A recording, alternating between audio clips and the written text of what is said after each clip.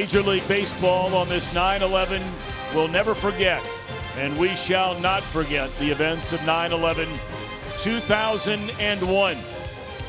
We welcome you to Great American Ballpark in downtown Cincinnati. Round 2 of 3 between the Los Angeles Dodgers, very much in the hunt for the National League West, taking on the Cincinnati Reds, who have beaten these Dodgers 5 straight games. And hi again, everybody, alongside Chris Welsh and Jeff Pecoro. I'm Tom Brenneman. Great to have you with us here for Reds baseball. And, you know, Chris, we begin with this Reds offense. A big night last night. They've been on a pretty good run here of late on this homestand. Well, they really have. I think it's very underappreciated around the league what a good lineup the Reds have and how much they battle you, especially when you've got guys coming out in the middle of nowhere like Phillip Ervin, Jose Peraza, and, of course, the kind of year that Scooter Gennett has had this year. I mean, it just kind of carries everybody into a little bit of a contagious hitting atmosphere, and that's what the Reds are rolling on right now. Well, it certainly helps if you're the starting pitcher these days, and the Reds are in desperate need tonight of a good start. They've had very short outings, including Cody Reed here last night, and the guy who looks to be turning the corner to an up-and-down start to the year is Luis Castillo. The Reds have had 6 consecutive starts where the starter did not go 6 innings. So, yeah, Jim Riggleman would love to have Luis Castillo go deep. This guy is kind of an enigma, though. You really never wonder what you're going to get when he takes the mound. He's got the ability to go out there and throw a no-hitter. He also shown us that he gives up a lot of home runs, and that's the one thing about Castillo, that if he can keep the ball in the ballpark, he's a guy that can win some ball games. And meanwhile, for the Dodgers, when this guy's healthy, he is mighty tough. Well, the problem is he's not been healthy very much. He's been on and off the disabled list between May and the middle of August. He's coming off a really kind of a weird outing last time where he gave up 10 hits in 6 innings, but still struck out 8, did not walk a batter. One thing you know about him, he will throw strikes. Not overpowering. His fastball's only about 90 miles an hour. But cutters and sliders and changeups, a little bit of this, a little bit of that. Ryu is a very experienced pitcher, and he's always in the game. All right, when we come back, we are going to bring you today's national anthem as Major League Baseball remembers 9/11, 2001.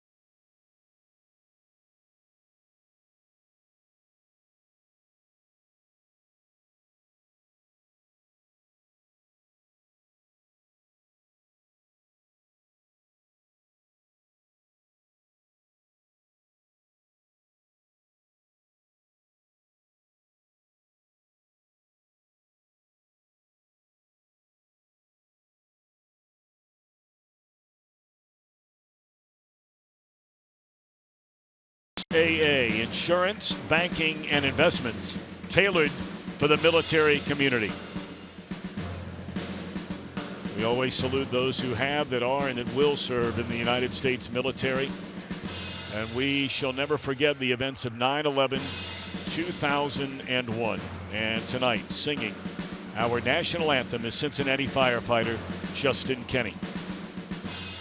Oh, say, can you see by the dawn's early light what so proudly we hailed at the twilight's last gleaming, whose broad stripes and bright stars through the perilous fight o'er the ramparts we watched were so gallantly streaming, and the rocket's red glare, the bombs bursting in air, gave proof through the night that our flag was still there.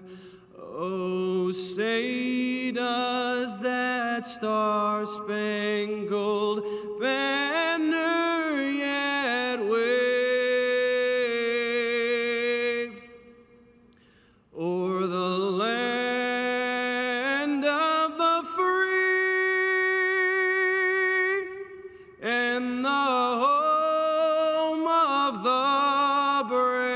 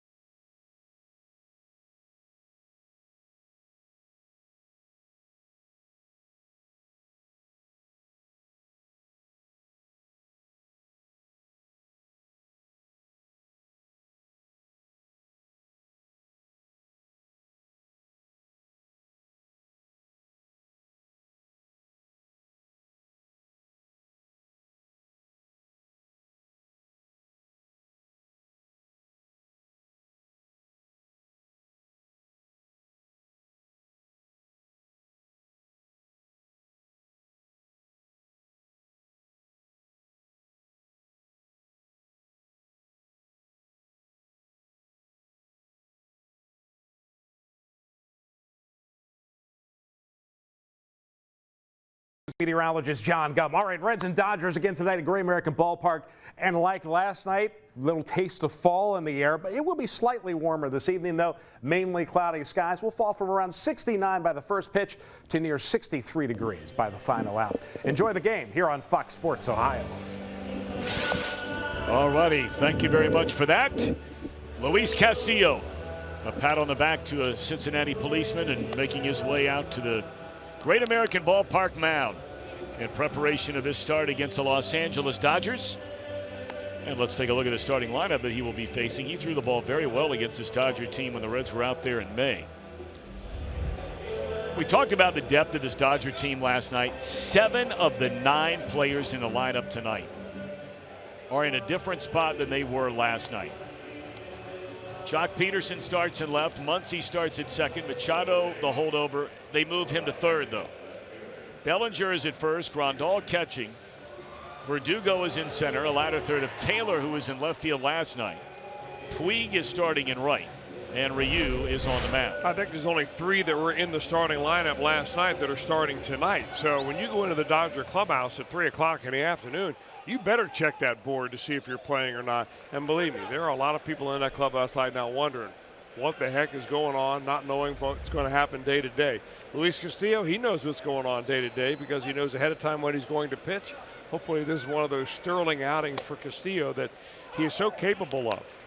Fastball goes to 97. He's got a great changeup. It's all about being able to spot the ball, staying ahead, and stay aggressive in the zone. A first pitch strike to get us underway to the left-handed batting Jock Peterson, and that one missed the strike zone. So 1-1 to Peterson. Jansen Visconti is calling the balls and strikes tonight. Chris Guccione is the umpire at first. David Rackley at second, and the crew chief Larry Vanover down at third. Line drive off the bag and ricochets into short left center field. How about that? Not sure Peraza would have gotten to that ball anyway. It was hit so hard. So a leadoff single by Jock Peterson.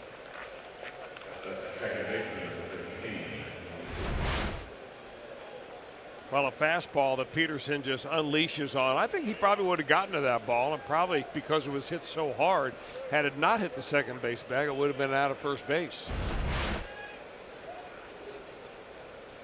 That'll bring Max Muncy getting to start at second base here tonight to the plate. A .254 batter, 32 home runs. That's most on the National League's leading home running hitting team, the Dodgers. 64 runs batted in. It's ball 1 away. No Justin Turner tonight. Finished the game 0 for 3. Scored a run, had a couple of walks in the game last night. He has been among the best hitters in all of Major League Baseball since coming off the disabled list. Was injured early on. 1 ball and 1 strike on Muncy. Dodgers hit 2 more home runs last night. We mentioned they had the most in the National League, 202.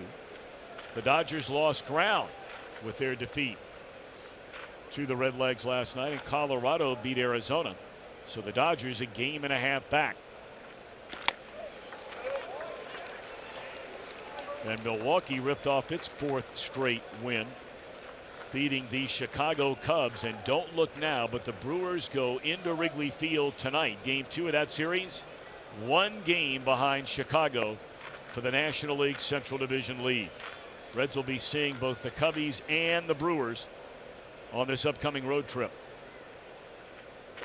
Swing and a miss, and struck him out. Back-to-back changeups right there for Castillo. And, you know, the one thing that the Dodgers are able to do is just load their lineup up with right-handers or left-handers. But that changeup that Castillo throws is, in my opinion, as effective against left-handers as it is against right-handers.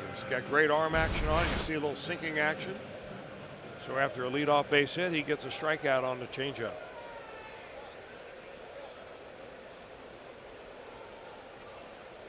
There are some of the better changeup pitchers in this league. I can't say Scherzer is a changeup pitcher, but he's got an effective one. Number of strikeouts on that pitch. Castillo leads the list.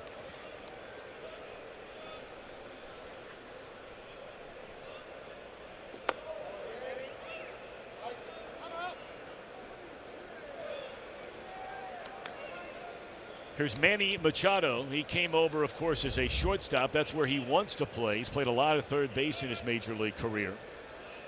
But he is getting to start at third base tonight. And Taylor moving in to play shortstop. Pitch taken down low, and it's 2 balls and no strikes on Manny Machado. Dodgers have made some big deals. You have the kind of money this franchise has. You can go out and bring in a Machado and bring in a Brian Dozier or Ryan Madsen right on down the line, and that they have done. Got to the World Series, lost in 7 games, an incredible World Series last fall. And they're not thinking quite that far along right now. They're thinking about getting into the playoff tournament, if you will. Told you, game and a half out of first, and they're 2 behind St. Louis for the second wild card spot. Swing and a miss, and it's 2-2 on Machado. Well, the previous fastball that was right down there at the bottom of the strike zone, a key pitch for Castillo. If he knows that home plate umpire, Jensen Visconti, is going to call that pitch, you just pound it down there.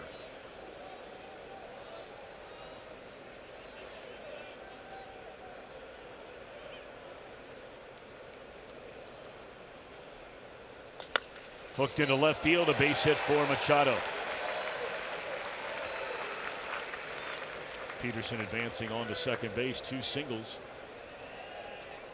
From the top 3 hitters in this Dodger lineup, the Reds on defense stack them up this way. Take a look at some of the names. Guerrero getting the nod in center field, flanked by Schebler and Irvin. Over at first base tonight, no Joey Votto against a left-handed pitching Ryu. It'll be Brandon Dixon.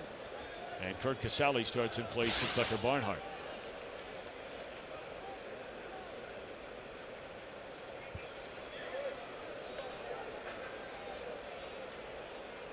So Guerrero getting a start, and Joey Votto sitting this one out. I'm sure he'll be right back in there tomorrow in the series finale. The final game as well on this homestand. Reds will start a very long road trip.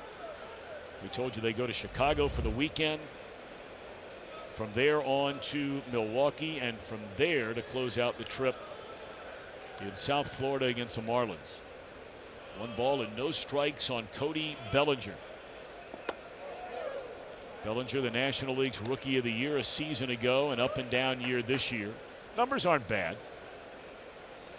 261, 2 home runs, 65 runs batted in. You know, I know Castillo wants to keep that 2-seam fastball down, but the Reds have been so effective against Bellinger up and in with a fastball. We throw 97. Why not let a few rip up and in on him? I think you do whatever you can not to allow him to speed his bat up.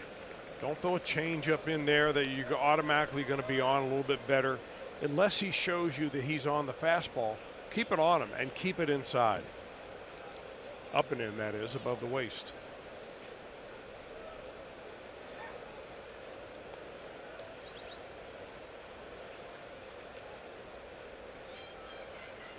Swing and a miss, and it's 2 balls and 2 strikes. Here's a 98-mile-per-hour fastball.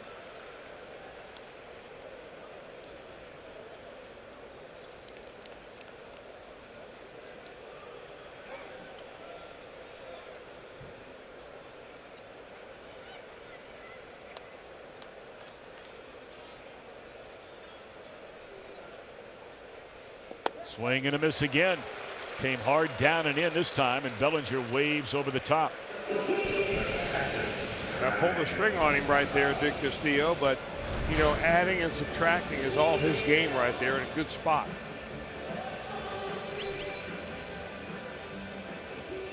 The one thing that Danny Darwin's tried to instill into Castillo is to make sure you don't lead with your elbow too much on that changeup. That flattens out your arm a little bit, gets your fingers on the side of the baseball rather than on top of the baseball. And that's the difference, really, making that ball go down a little bit on that changeup rather than just kind of sweep straight across the zone. So it's gone single strikeout, and trying to change that pattern is Castillo facing Yasmani Grandal. 1-0 the count.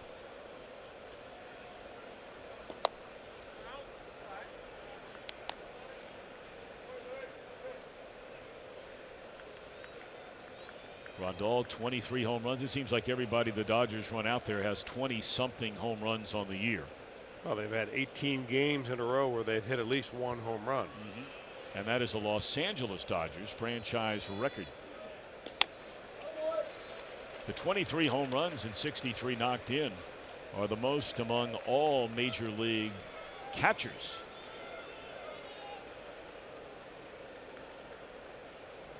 Two balls and a strike.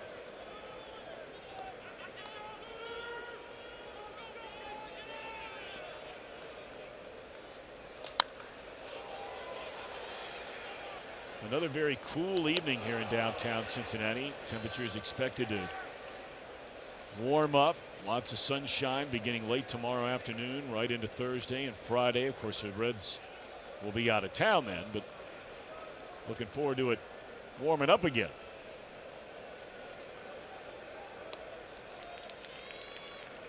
Two on Grandal. Got him swinging on the changeup, and that will end the inning. He allows 2 hits, strikes out 3. The Reds come to bat when we return.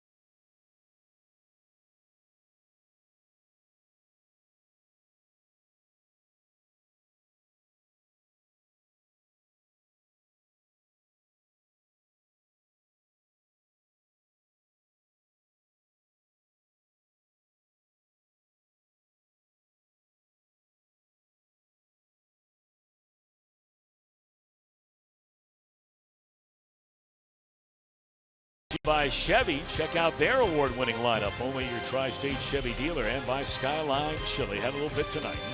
Feeling good. It's Skyline time. Let's take a look at Jim Riggleman's starting lineup here tonight. Reds 59 up, 68 down since he took over in late April.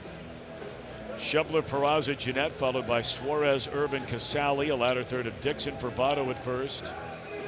Guerrero in center field, Luis Castillo on the mound.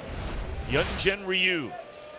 31 years old, he had already accumulated 98 wins in the Korean baseball organization. That's what they call their professional league there, before he came over to the Dodgers at age 26. First couple of years as a Dodger, reeled off 14 wins each year. This year he's had to battle some injuries. Leg injury has kept him out of action. Not overpowering, but he really knows how to pitch. Fastball, cutter, changeup, curveball, just about everything but the kitchen sink up there.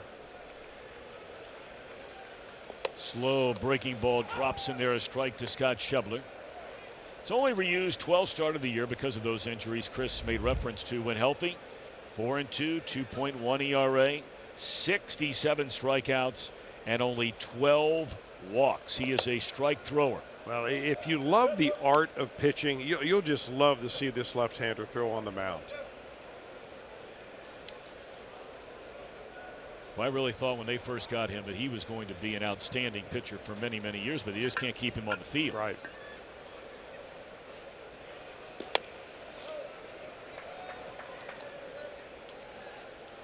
Shubler, a .273 batter, has 15 home runs, 46 knocked in. He too has had a tough time staying on the field, as you know. He went crashing into the wall in St. Louis. That series before the All-Star break, was out nearly 6 weeks from short right field.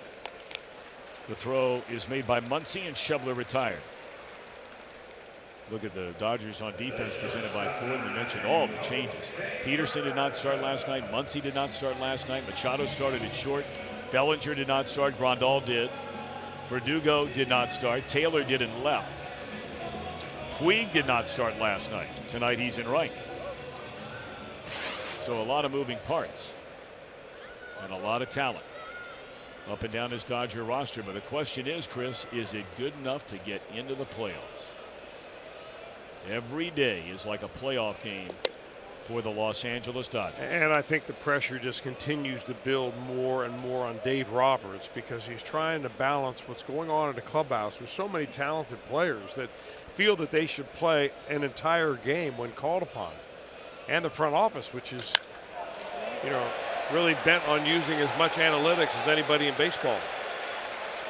Peraza continues his red hot hitting. My oh my, is he hitting the baseball right now? That's a 1-out double. Jose 11 for his last 22. You get it on the inner part of the plate, and I think it was probably more down the middle than anywhere else, but he is just seeing the ball so big right now. I'm not sure if anybody saw this coming offensively for Peraza. Peraza now has 30 doubles this year. He has 10 home runs. The last Red to do that in a season, when he was only 24 or younger, which Peraza is, was when Joey Votto did it in 2008. Just an excellent season for the Red shortstop. Here's Jeanette coming off a monster night, 4 hits in a game for the 4th time this year, 10th time in his career. Slow breaking ball. And a knee buckler indeed. Goodness gracious. You just don't see too many of those. No. Scooter, the league's leading hitter. 5 points better than Christian Yelich of the Milwaukee Brewers. Threw him another one. He started 2, did not go around. 1 ball, 1 strike on Scooter Jeanette. I'll tell you who Ryu reminds me of, and not only because the body type are very similar, a left-hander, big, slow curveball, is David Wells. Former Red, former Toronto Blue Jay, of course, pitched a no-hitter, I believe, was with the New York Yankees at the time. But the same type of repertoire. He used to live at the top of the strike zone with a fastball and then just drop a curveball in from the same spot. Here's a 1-1.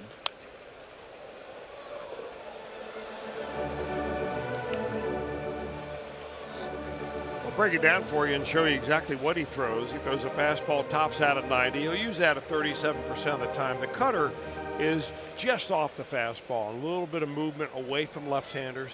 You saw the big slow curve, and of course he's got a changeup also.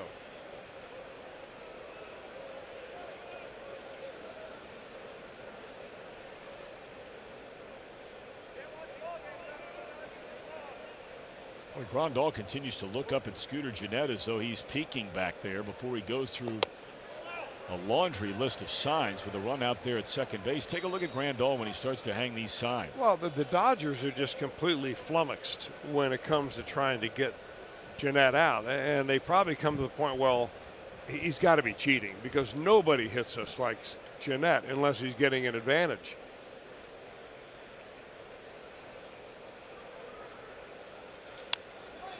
I'll have to take a look and see if Grandal's doing that with every batter who comes to the plate. I didn't notice it last night, but I mean, watch his eyes when he starts to give these signals to Ryu. —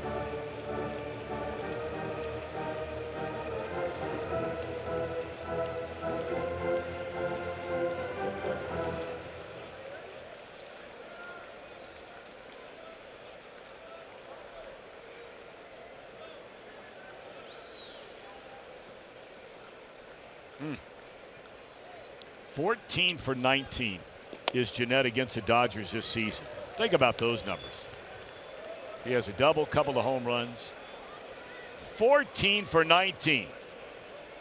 That's a plain number, 737.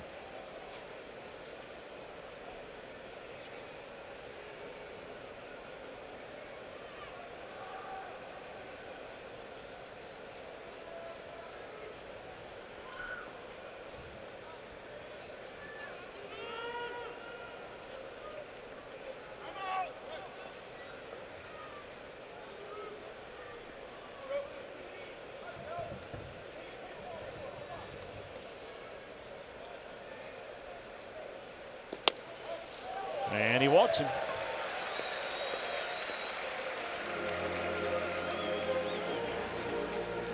Double to Peraza. A walk to Scooter Jeanette brings Eugenio Suarez to the plate. He clubbed home run number 32 here in the game last night. 101 runs batted in.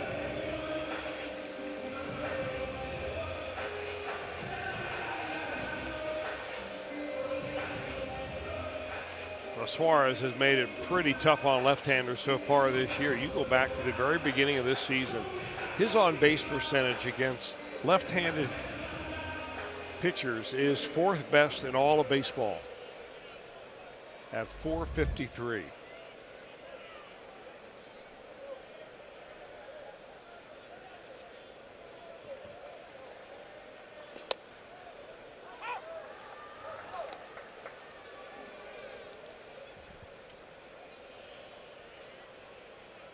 Peraza with a one-out double, the runner at second base, and around the bend down the trail at first after a walk is Jeanette.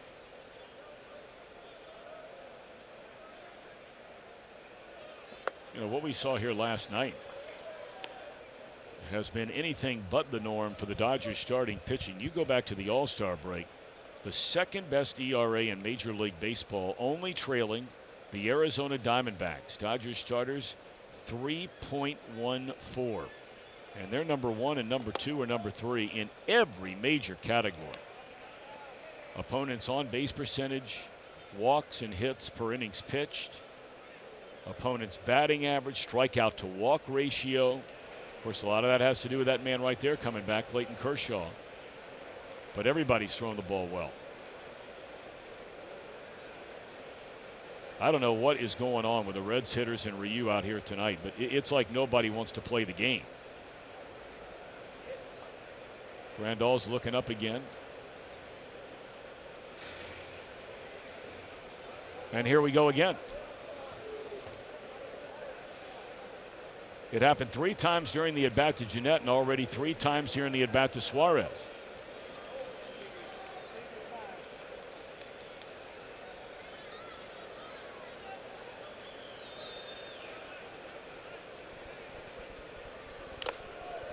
Two balls and 2 strikes. It's now time for tonight's Indeed player resume. How good has Suarez been this year? Mighty.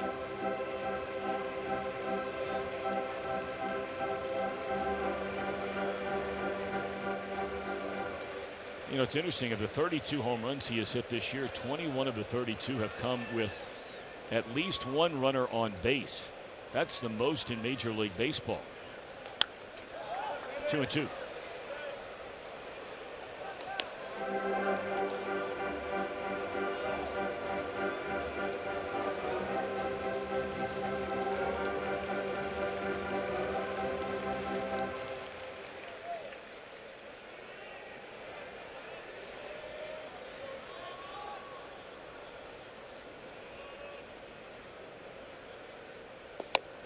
Threw a fastball right by him for the second out of the inning. First strikeout for Ryu.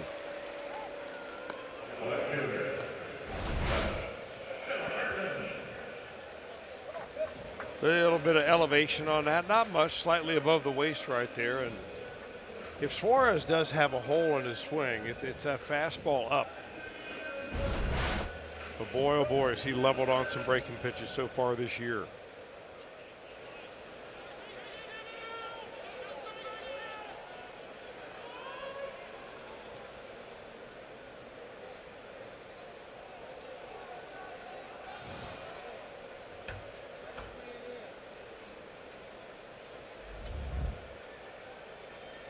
Here's Phillip Ervin.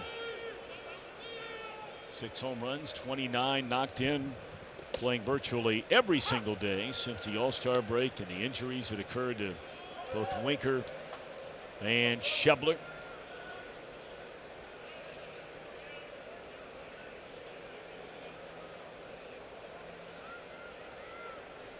He has started 37 of the Reds' 50 games.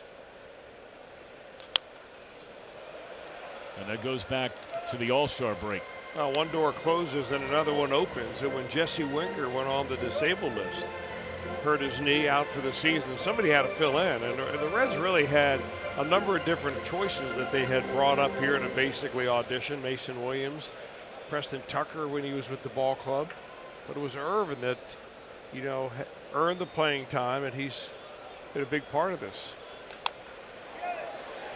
Popped up and the second baseman out to get it, Muncy, and that will retire the side. So the Reds threaten like the Dodgers do, each team stranding 2 in the first inning of a scoreless game.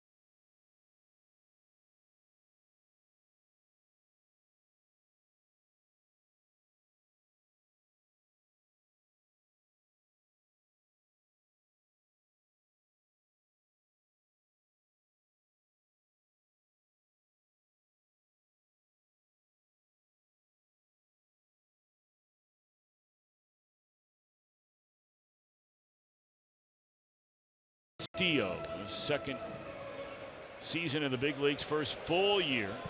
And you see when the Reds win, he's on the mound. He throws the ball very well and is stingy with a home run ball. It hurt him a lot in the 14 losses. That's team wins and losses. And he is facing the leading home run hitting team in the National League here tonight. Alex Verdugo, the center fielder. Total of 64 at bats, has 17 hits.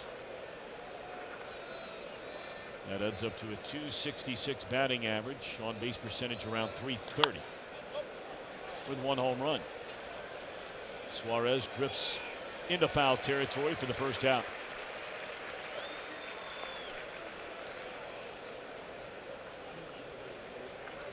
You know, with all the veterans and the great players, the Matt Kemps of the world who are sitting on the bench in the Dodgers dugout right now, you wonder, well, why would the Dodgers start Alex Verdugo, who's 22 years old? He really doesn't have that much time in the major leagues. He's not one of these uber prospects or anything like that. But if you look at the numbers against Castillo and you simply believe what you see on the spreadsheet, you're going to see that he basically owns right-handers. And that's why they want to load up as many left-handers as they possibly can. And sometimes you do that and forget about how good some of your real players are, whether you're batting right-handed or left-handed. And I think that's what happens when you have a commitment to analytics that goes beyond what your eyes are telling you when you see a great player play. And who knows whether Dave Roberts is calling the shots or not. That's exactly right. Here's against left-handers for Castillo last couple of seasons. And you can see that this year he's really struggled with that .304 batting average against. And, you know, the number of home runs given up has skyrocketed. And that could be coming from more teams playing left-handers against him. And it could be coming from him making a little bit more mistakes. What we've seen with Castillo is that when he's rolling along, boy, that snowball gets bigger and bigger.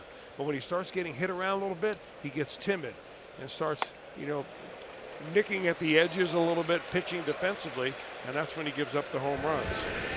So far, so good. Yeah, off to a good start tonight. He has 4 strikeouts. He's allowed a couple of hits. First 2 gone. There's that changeup. And now it's Yasiel Puig.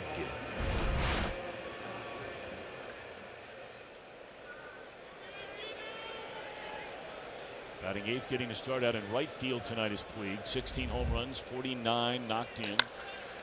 And a hot smash on the first pitch, but right at Peraza in a 1-2-3 inning. A good one for Luis Castillo. Reds will bat in a scoreless game when we return.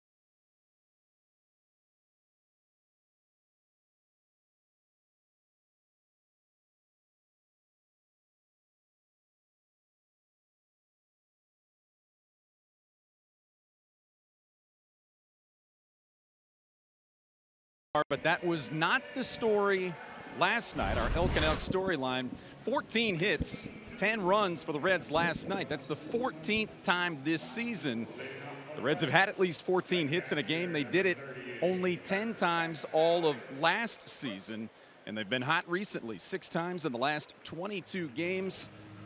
At least 14 hits after just 8 in the first 120 plus of the season, guys. Well, certainly it's been very interesting offensively to watch this team throughout the year. You know, the best stretch I thought they had, it's when they were playing their best baseball anyways, when they had Winker and they had dropped him out of that leadoff spot. Chris had gotten him down to that 6 hole, was knocking in basically on average a run per game, batting down there in the lineup. They had Shebler was excelling in the leadoff spot, getting a lot of hits. Peraza was in the 2 hole. They had dropped Hamilton down to the 9 spot by and large, and this team had it rolling. Well, also when you have a healthy Scott Shebler and Jesse Winker in the lineup, it makes it a lot tougher on right-handed starters, and there's so many right-handed starters out there. Winker had become very good in a short period of time at knowing the strike zone, working the count, getting on base.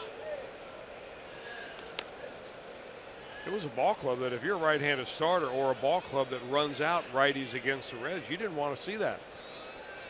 And it was really all contingent this year on what kind of starting pitching the Reds would get. Casale to start things, to be followed by Brandon Dixon and then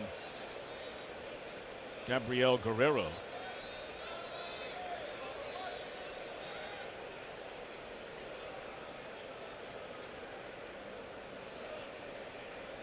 And Ryu rocks back and turns it loose.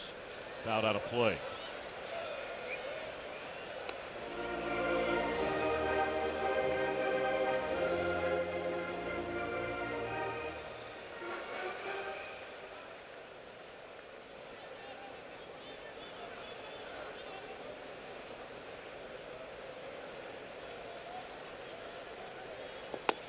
Gone swinging Casale, and that's 2 strikeouts in the early going here tonight for Ryu.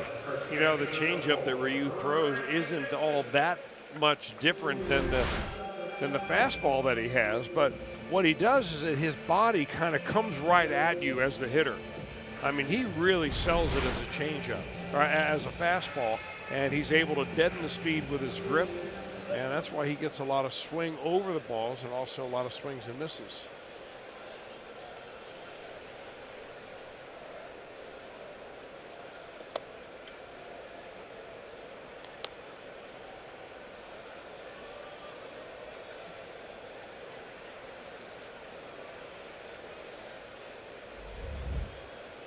Want to know on Brandon Dixon. He starts his 4th straight game at his 4th different position, and bye-bye Brandon Dixon.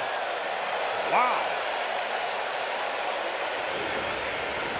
Up into the sun deck in deep left field, and the Reds on the board, a 1-0 lead. Well, this guy's got some thunder now.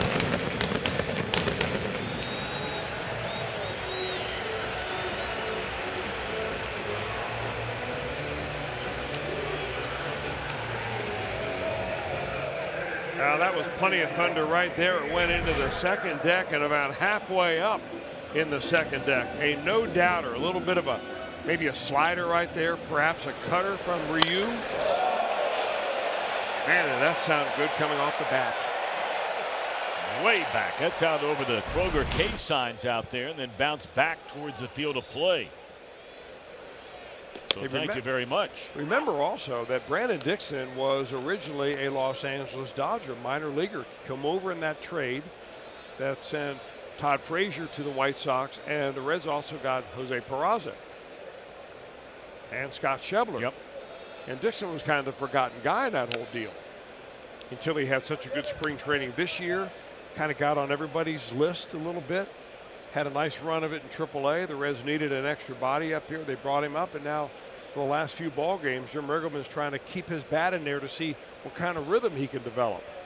As you said, 4 different positions in 4 consecutive games. Well, it certainly makes you a viable candidate if you can finish strong and you're getting this kind of playing time to be a guy that They know you're on the radar when you show up for spring training in Arizona in 2019. Well, they know you a number of things. Number one, you can play around different positions. Sure. You've got tremendous power. And in Brandon Dixon's case, you can pitch. That's exactly right. And he can pitch.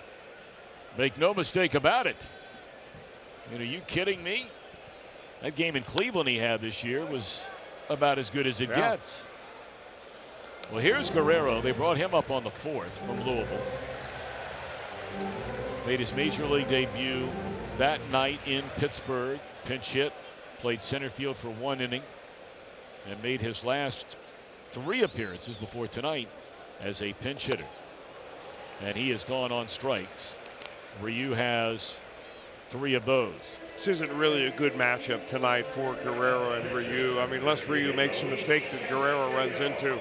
I mean, here's an experienced pitcher, knows how to add a little bit, subtract a little bit, knows he's got a young, free-swinging hitter up there, and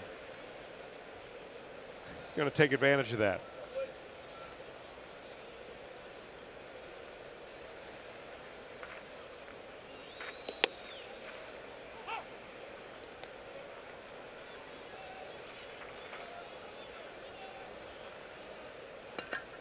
So pitcher against pitcher here. And Castillo waiting. Slow breaking ball is too low.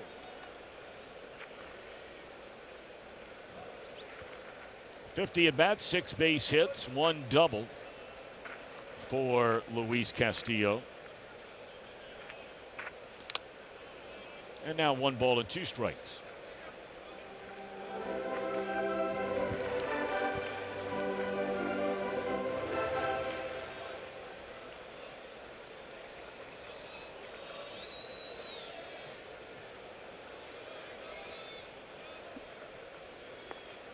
And here's a 1-2 delivery. Breaking ball missed to wait even to count.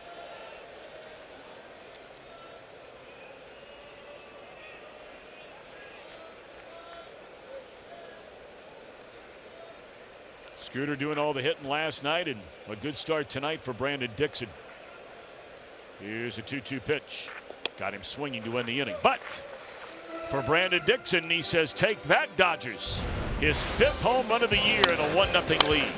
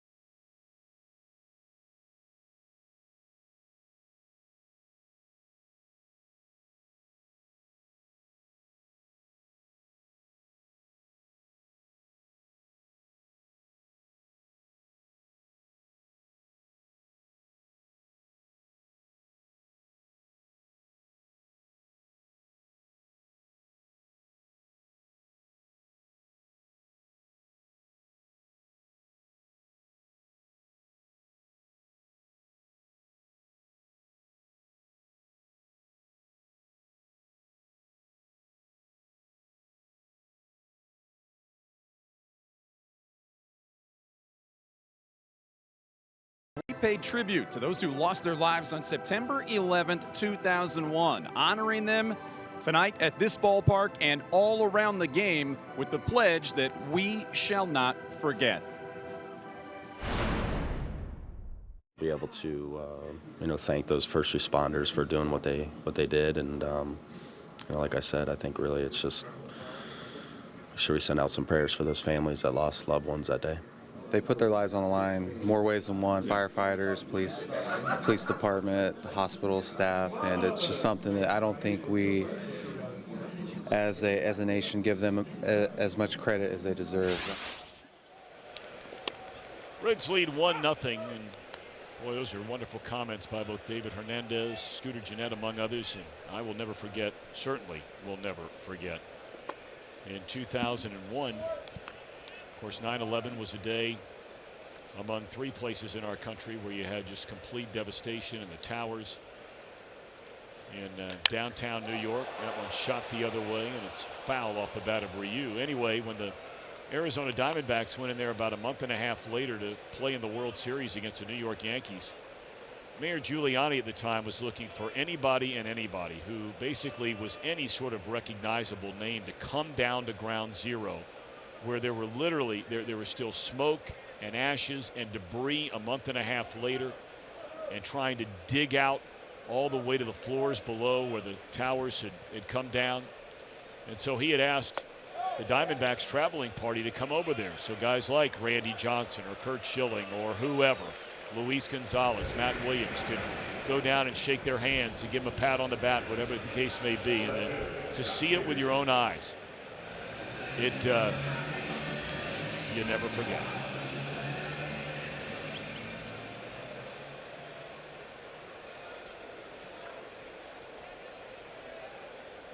And there are a lot of folks still very much hurting every day. And we shall not forget. Top of the order, Jock Peterson, the batter. He singled his first time up.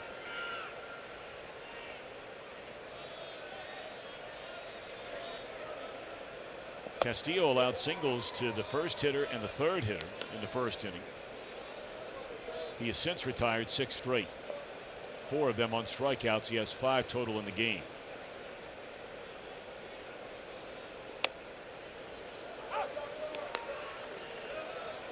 Really interesting to watch Castillo tonight on top of Cody Reed last night. Last night, Reed's slider was his main pitch. He did such a good job with that off-speed pitch. Tonight, the off-speed pitch is setting up the fastball for Castillo, and not usually it's usually the other way around, but Castillo's leading off of that pitch. He's throwing it in the middle of the count. This time he goes right up the ladder the way the Reds did so much in Los Angeles against Jock Peterson.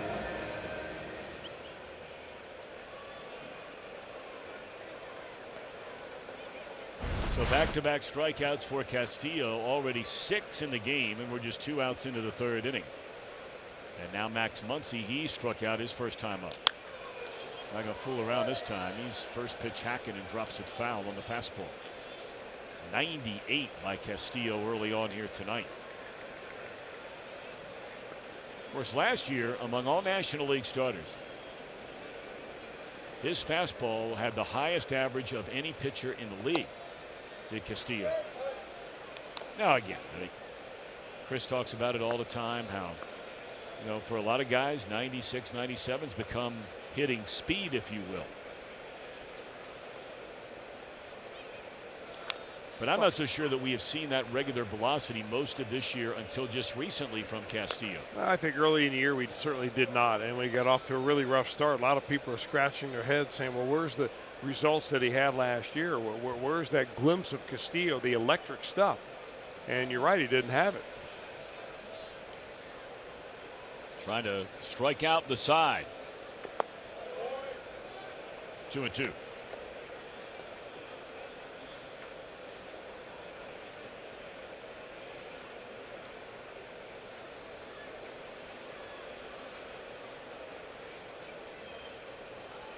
How about that? He strikes out the side.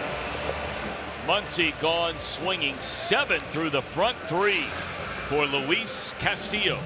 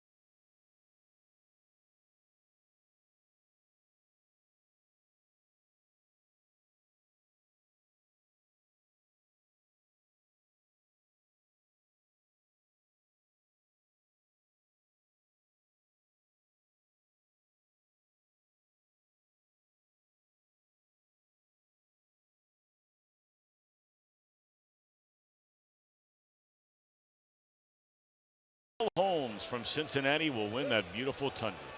And that's thanks to your Cincinnati and Northern Kentucky Toyota dealers. All right, Reds bat in the third. They lead 1-0 on a home run by Brandon Dixon. Top of the order against Ryu. It'll be Shebler, who bounced to second his first time up. Ryu is fan 4 through the first 3 innings. In the air, deep right field, and the Reds have a 2-0 lead. Home run, Scott Shebler.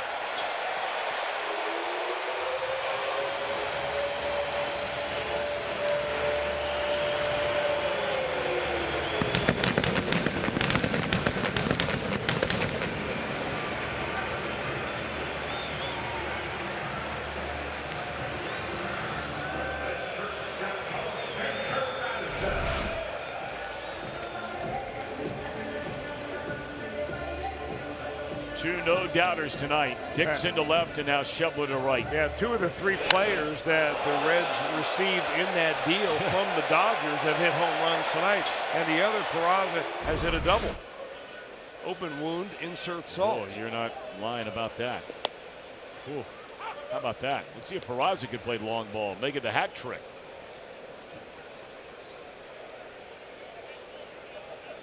And look, they're probably not going to say anything about it after the game because we've almost reached the point, as it's a soft liner to the second baseman, where players want to say anything anymore after a game, trying to be respectful, not to be insightful to the opposition. But it has to mean a little something extra when you hit a home run against a team in training. It does, Tom, but you look at it this way also.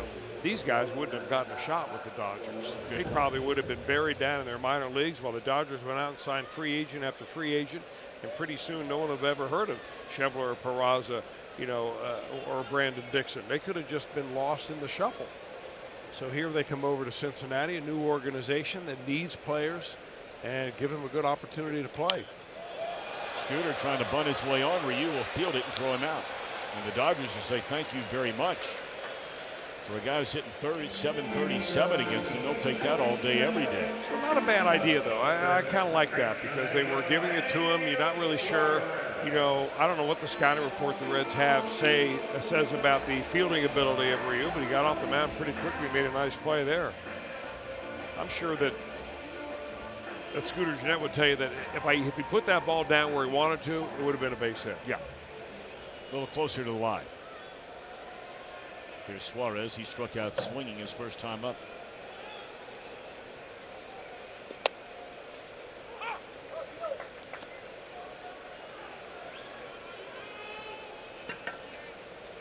Two solo home runs in this one for the Redlegs against Ryu. Dixon in the second, and Shebler leading off this third.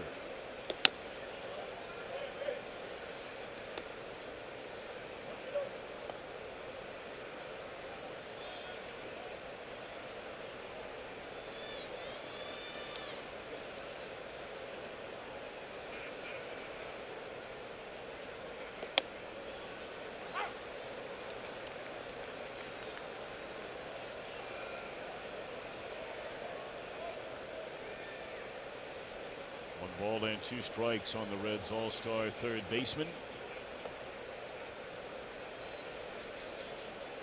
And Ryu a long look in once again. And now going to work at a ball and 2 strikes. Fastball inside. Tried to throw him the same pitch he struck him out on. Certainly the Dodgers will have a chance at the conclusion of this game to find out how those 2 teams, one just ahead, one just behind, will do in their series out in Colorado tonight, as Suarez drops one into left center field. A 2-out base hit for Eugenio Suarez will keep the inning alive for Irvin. The Reds are just not allowing Ryu to have an easy inning. Even with the home run, if you go to retire the next 3 batters, you're thinking, well, that's a pretty quick inning. But you give up a 2-out base hit, you've got to work out of the stretch now. You've got a guy at the plate that has some going deep power.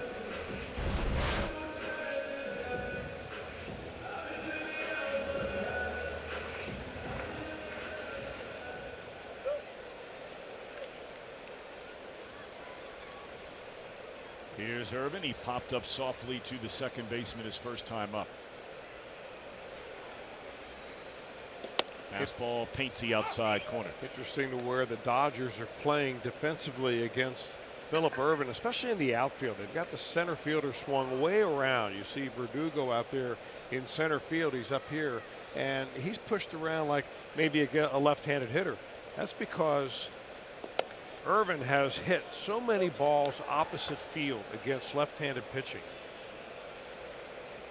Since the All-Star break, 47% of the balls that he has put into play against left-handers have been opposite field.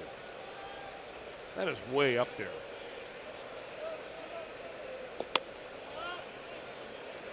What that tells me beyond the stat is that he's able to stay behind the ball. He's more confident in the batter's box now instead of getting up there and just letting it rip as soon as he sees something that he thinks he can hit. And all of a sudden now the field opens up for you when you do that.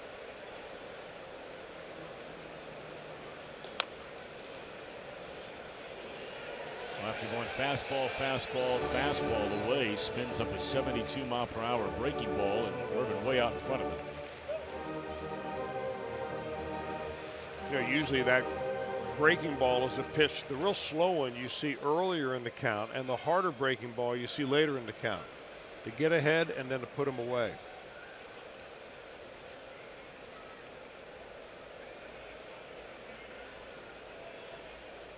I mean, how many times can you shake a guy off? There was at least 4 or 5. He's needing fingers and toes down there. And a fastball that's high. I never liked to shake him off. I didn't want anybody to hear the brains rattling. That's right.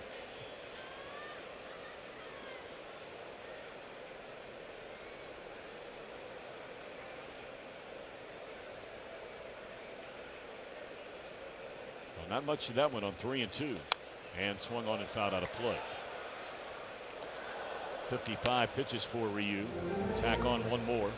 And we are just in the bottom of the 3rd inning.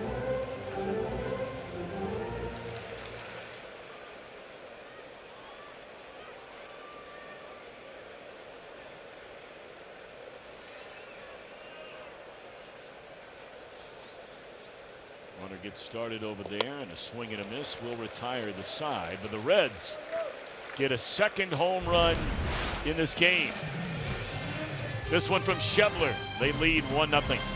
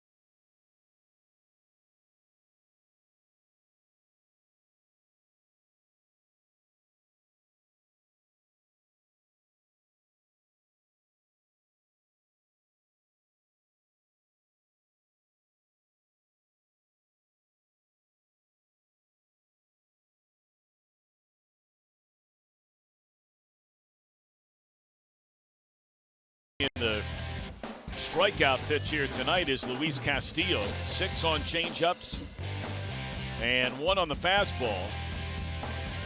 7 strikeouts through the first couple of 3 innings in this game tonight for the Reds right-hander. Looks sharp.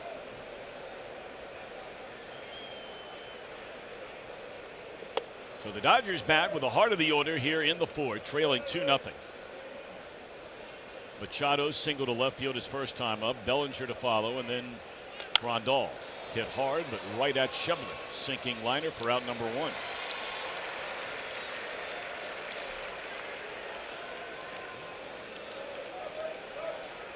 Nine in a row. Retired now by Castillo. The last Dodger to reach base was the single by Machado in that opening inning. Well, if you've come out to the ballpark to watch Castillo pitch, you'll notice that his last few starts out here have been very good at home. Last 7 starts, 42 innings, earned run average at 2.7, 48 strikeouts, only 4 walks. So he dominates here in a ballpark that is basically a hitter's ballpark. So interesting. It really is. I mean, those were the same kind of numbers that Johnny Cueto over a longer period of time, but that Matt Latos had when he pitched for the Reds. He was so good at home. Well, once you can figure out how to pitch here, that game will travel. That's the spot right there. I just love that pitch on Bellinger. I love that pitch on Jock Peterson. For me, they're almost the same guy. Big, tall left-handers hold the bat very high, have a hard time getting that bat from a straight up and down position to leveling it up in the zone. Give him something down around the knees, though, it's a different story. They just drop that bat head.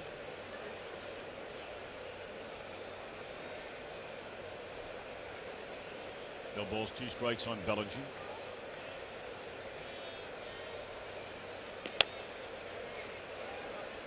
Fastball up and away rather than up and in. Yeah, you don't see Castillo throw that fastball inside the left-handers nearly enough. I think a lot of people who sit at home and watch the game, they don't realize that to hit an inside fastball, inside pitch, you've got to hit it out in front of the plate. To hit an outside pitch, you can hit it when it's over the plate. If that makes any sense. You can be a little bit later on an outside pitch than an inside pitch. That one to Hopper, down to the first baseman Dixon. 10 in a row now retired by Luis Castillo. We brought up earlier his only other start against the Dodgers in his career is when the Reds were out there the final few days of May. He went 6 innings, allowed 4 hits, 3 runs, 2 earned, didn't walk about or struck out 8. He allowed just a couple of home runs in that game, and he got the win in a Reds 5-3 decision. Reds have not lost to these Dodgers this year. 5-0. Well, right now the Dodgers are 2-9 against 2 of the last place ball clubs in the National League, the Marlins and the Reds. 0-5 Reds and 2-4 against the Marlins. Oh, and by the way, they're also 0-3 against the Cardinals, and it'll be St. Louis that will be the next stop on their road trip. Yeah, the Reds and the Cardinals both went to Dodger Stadium and swept their series. Reds a 4-gamer, Cardinals, as Chris mentioned, a 3-gamer. Cardinals won last night, and we brought up earlier they are still the leaders for the second wild card spot in the National League. Dodgers 2 behind them, next in line.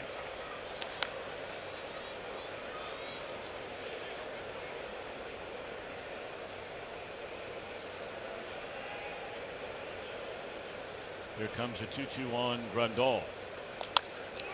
Way out in front again, a slow roller to Jeanette. And how about Castillo? 11 in a row retires and has a 2-0 lead.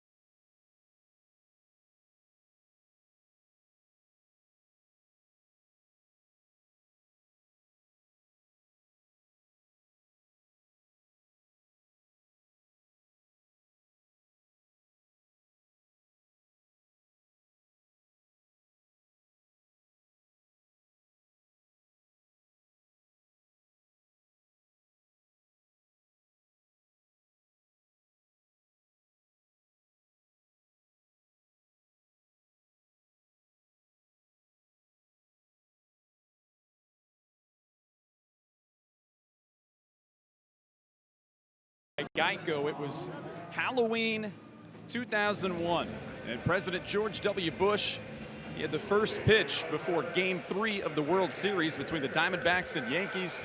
The first played in New York at Yankee Stadium, and Bush said after the fact, standing on the mound at Yankee Stadium that night, it was the most nervous moment of my presidency. That video has made the rounds today on social media, and yeah, it was powerful. You talked about everything that had happened in the world in the weeks prior to that, but they continue to say that baseball helped bring us all back together. Well, Brian, I was there that night, and I can assure you when that American Eagle went flying and soaring through the stands, and then President Bush, who many of you have seen documentaries that were done about that World Series. Just some incredible pieces have been done about that World Series. And then, of course, more importantly, everything in and around it. When he walked out there, he had, why am I drawing a blank on the vest? He had a Kevlar vest on underneath. And he was warming up down in the bullpen area, the batting cages underneath Yankee Stadium. And I happened to see him as I walked by very early on. You could see the vest. You couldn't tell when he walked out in that jacket because he put on a jacket so you wouldn't see it. And he was so nervous about going out there and making a good pitch. And man, when he let that thing fly and you just saw it, it was a strike right down the middle. And that building was the loudest place I have ever been. I'm not sure there were 5 people that had dry eyes in the entire Yankee Stadium, 58, 59,000 that night for Game 3 of the 2001 World Series.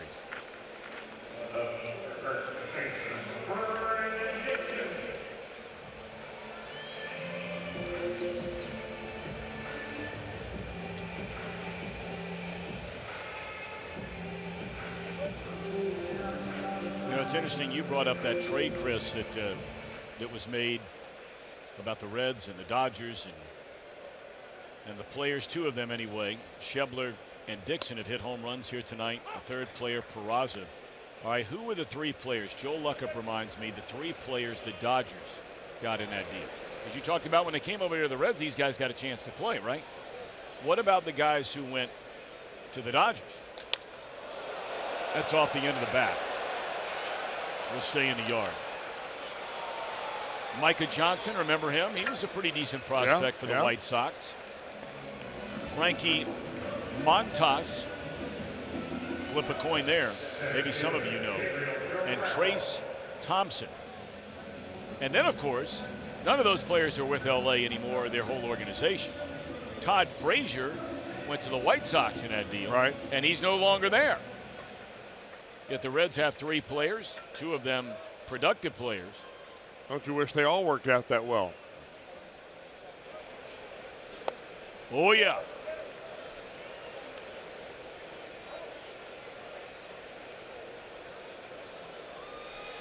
Two up, 2 down for Guerrero. He struck out his first time up.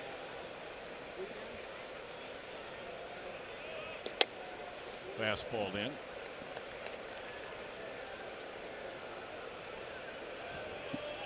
Now, Chris, you were in spring training a lot more than I was this year. Did you get a chance to watch Guerrero play at all? I just don't remember seeing him a lot in spring training. I did. There were a number of Reds have a number of outfielders who are young, right-handers, big guys.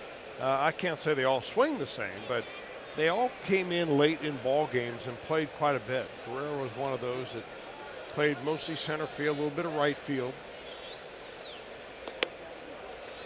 Shows a lot of power. I mean, when you watch this kid take batting practice, you can see why, you know, he's a prospect. But hitting a AA and AAA and then coming up here to the major leagues for the first time and sitting on the bench and then coming up and facing a guy late in the ball game that, you know, is probably piping it harder than you've seen all year long. And there it is. There it is indeed. First major league hit for Gabriel Guerrero. Congratulations, young man.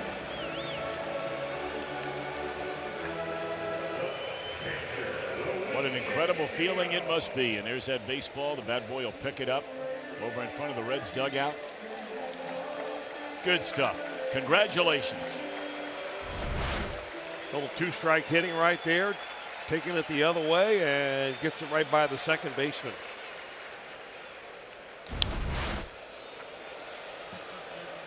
Castillo first pitch swinging, drops it foul and out of play. Who was your first big league hit against? Oh, come now, you're kidding me now. Well, I don't know. You do. I Are you serious? You don't know? I thought that was like a thing guys never forget. Well, just the other day I was looking up that I did end up getting hit against Tom Seaver, but I can't. The first one was. I have to go back and look that up. I got off to a slow start offensively my first year. Might have been the manager. No. Frank Howard was. He gave us all the advice we needed. The answer is none other than Scott Sanderson. Scott Sanderson, yep. Joe Luckham, thank you very much. He's a pretty good pitcher, Scott. Really, he had a nice career. In fact, he became a teammate of mine later on when I played for the Montreal Expos, and Scott pitched for Montreal and also Chicago. And I understand he's having some health problems and want to wish him the best right now. Sorry to hear really that. A great guy. I mean, he was always a look of perfect health, always in great shape. Certainly, thoughts and prayers for him. Guerrero's first big league hit into 4. Reds lead 2-0.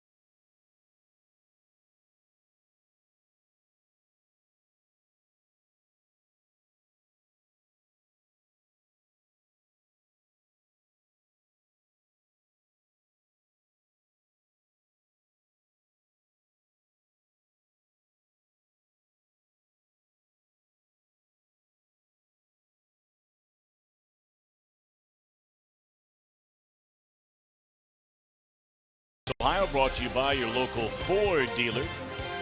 Ford, go further. And by Cincinnati Children's. Now ranked number 2 in the nation by U.S. News and World Report.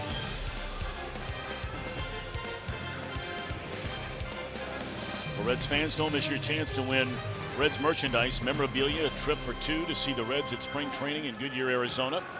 Each donation of $25 will equal 1 entry into the sweepstakes. For rules and everything you need to know, visit Reds.com/spring sweepstakes. Some restrictions may apply. It's always a great trip out to Goodyear, Arizona.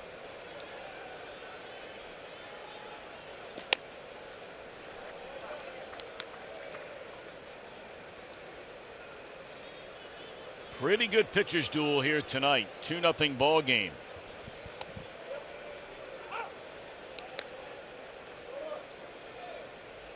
Solo home runs from Brandon Dixon in the Cincinnati second inning. Scott Schebler in the Reds third. Castillo's retired 11 straight since allowing a 1-out single in the first inning to Manny Machado. Verdugo fouled out his first time up. This time he pulls it to the right side, make it 12 in a row retired by Luis Castillo. Coming up later on, we'll have our Hold True moment, brought to you by Miller Lite. It was all Scooter Gennett last night. Hold True moments, plural, his 4 hits in the game.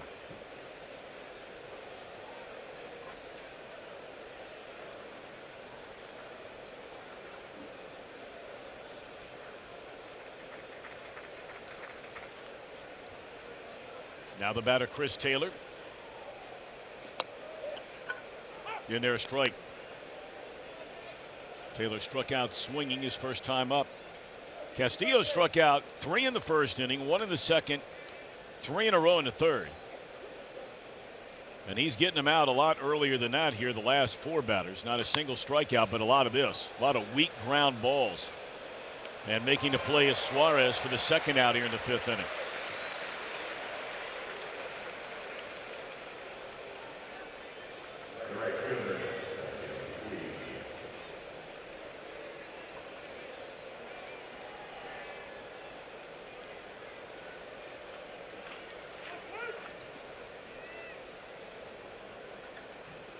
Now Puig trying to retire him and make it 4 consecutive 1, 2, 3 innings. It would be 14 in a row overall. And Puig got a pitch to hit right there. Fastball right down the middle and fouls it straight back. Well, if you like 98, that is. Yeah. Cubbies and Brewers in about 7 minutes. Pirates and Cardinals in about 17 minutes. Big games, and of course the Dodgers will be watching that Arizona-Colorado matchup in Denver. Rockies taking it to the Diamondbacks in game 1.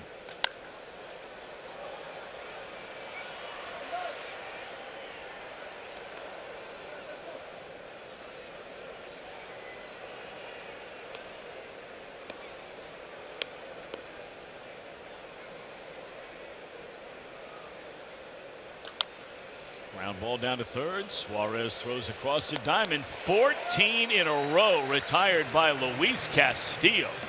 Wow.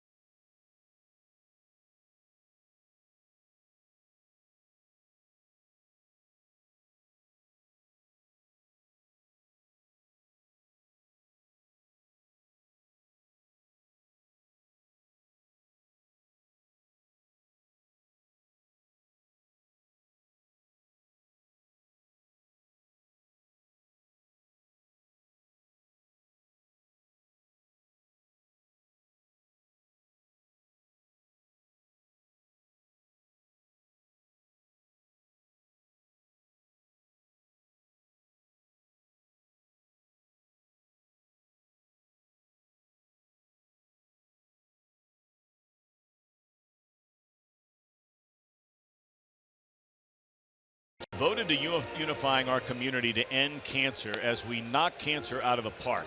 If you arrive early for a pregame on-field ceremony, you can be one of the first 30,000 fans and receive an exclusive T-shirt. Plus, participate in a special recognition at the end of the 5th inning. Hey, look, let's come together. This is a really big deal. Phil Castellini kind enough to join us here. Now, walk me through, first of all. Let's get to some of the facts here. Thanks for joining us, by the way. I know that, that our area is one of the worst in the country. No question. When it comes to cancer.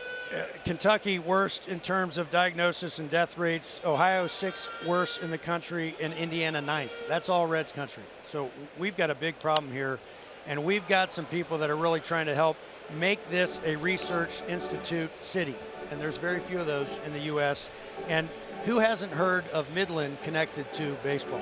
Joe right? Hayden, right. Exactly. So John and Carrie Hayden are the champions of this. And so this is really about awareness for the efforts going on to get the NCI designation here in Cincinnati and get our hospitals that are doing a lot of great work collaborating in that space to end this disease. There's an infield hit by Shebler. I want to make sure everybody understands something, because you said it to me a second ago, because you really just started with this idea, and it's coming together very quickly. You know, when you talk about us being an NCI designated, that's NCI meaning National Cancer Institute location for the city of Cincinnati, it means a lot to be one of those cities. It does. It's about research, investment. We've got the hospitals here to do the work, but you need the investment as well, right? So it opens up tons of opportunity in a market that really needs it. And any progress that's made here in greater Cincinnati is a national, global effort. So one of the things we're going to do in that game, besides the Knockout Cancer t-shirt, everybody that comes to that game on the 29th will get.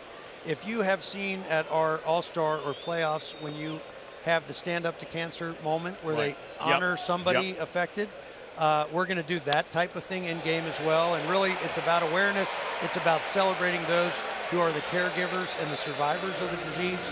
And there's going to be a block party activation as well pre-game. It's just all about getting attention on this effort, and we can't thank the Haydens enough for getting it going. And guess what? We're going to have a big crowd in here that night. All right, Phil, now the day of that game is September the 29th. It's a Saturday. The game time is 4 o'clock, right? 4:10. 4:10. How do people get tickets? Well, just our website. For starters, you can get them as low as $10, and you'll get the T-shirt and get to participate in all the activations. And, you know, Reds.com, certainly call our number here at the Reds office. And we've got a lot of great momentum behind it, and we just hope to continue that. You know, part of the on-field festivities is Phil mentioned, and we had, you know, a great event here. David Benzer's group was here a couple of weeks ago, standing up to cancer and trying to help those who have cancer really understand of what the battle is like ahead of them from a mental standpoint, not just a physical standpoint. And now all of a sudden, though, there are going to be a lot of people that have been cancer survivors. So if you are a cancer survivor at home, or maybe you have a mom or a dad or a brother or a sister, God forbid, but they're a survivor, and we'd love to have you come down here and celebrate with so many others who not only will be here, but those that we don't even know how much what we're trying to do and what the Reds are trying to do will help those in the future in the same No predicament. question. We could walk this ballpark tonight, and you think we could find somebody in this ballpark that has not been affected, immediate or second or third immediate family by this disease? And so this is a huge effort, and if we can get this done in Cincinnati, we can accomplish great things. Well, you show up, and all of a sudden the Reds get 3 straight singles, and that'll be Shebler coming in to score. So Scooter Jeanette, he's at it again. I got some buddies in L.A. I've been having fun with the last 48 hours, let me tell you. Well, the fun's going to get better and better if Scooter Jeanette continues to hit like that. He does that with an 0-2 pitch. And that's a good pitch by Ryu. I mean, off the plate, actually, but Jeanette, he's just so good about putting that bat on the ball. How about that Superman catch last night at second base? It's unbelievable. Pretty awesome. Well, what he's done against the Dodgers, that's now, what, 15 hits in 21 at-bats against the Dodgers. Think of those numbers. 15 for 21. You know, these guys are playing good ball, and I got to tell you, selfishly, this mission is the right one, but hopefully getting 30,000 or more people in this ballpark is going to feel good in September, isn't it, Tom? It sure would. It sure would. Again, a day on this Knock Cancer Out of the Park game is Saturday, September the 29th. You can go to reds.com/knock, K-N-O-C-K. Or as always, 765-7400. Tickets low as $10, start as low as $10. And our city needs this. People don't just need it. You get the T-shirt when you walk in the door. Everybody who comes to the game, the first 30,000. And we would love to have you, and I think it would mean an incredible amount to not only John and Carrie Hayden, the Reds franchise, but so many people in our area who need the help. No question. Let's get this place sold out. Be fun. 4-10 game. Suarez the batter, 1 ball and 1 strike. 3 straight hits to begin this Cincinnati 5th inning in a 3-0 advantage, and Suarez a count of 1 ball and 2 strikes. Well, thank you, my friend. Thank you guys for having me. Looking forward to it. Absolutely. All right, let's knock it out of the park. Knock it out of the park again. It is September the 29th, Saturday, a 4-10 game. That'll be the Reds and the Pirates. We're going to have survivors, patients, caregivers, researchers, volunteers. Come to the game, you get the T-shirt. It's a good looking T-shirt, red T-shirt. And we thank Phil for stopping by and thank the Reds for getting behind such an incredible cause as they do on so many endeavors in the greater Cincinnati Reds country area. Slow roller, this should be 2. They turn it over and it is. So that's a double play. On to third goes Peraza, 2 outs in the inning.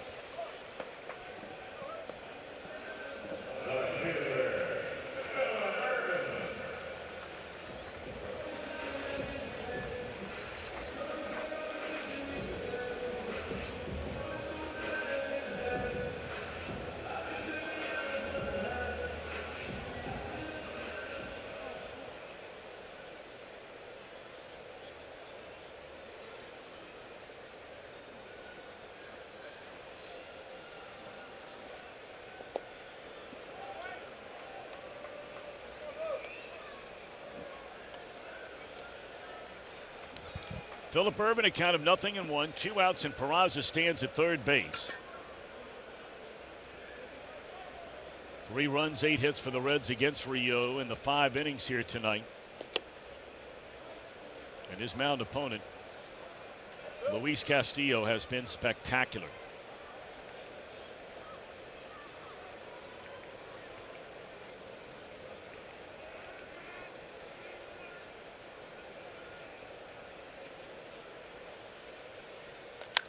High fly ball into deep right field. Puig drifting, and up to get it. Didn't bring it back. They wouldn't have made it out of here. The Reds get 3 hits and a run. Take a look to be sure, but Reds get another run.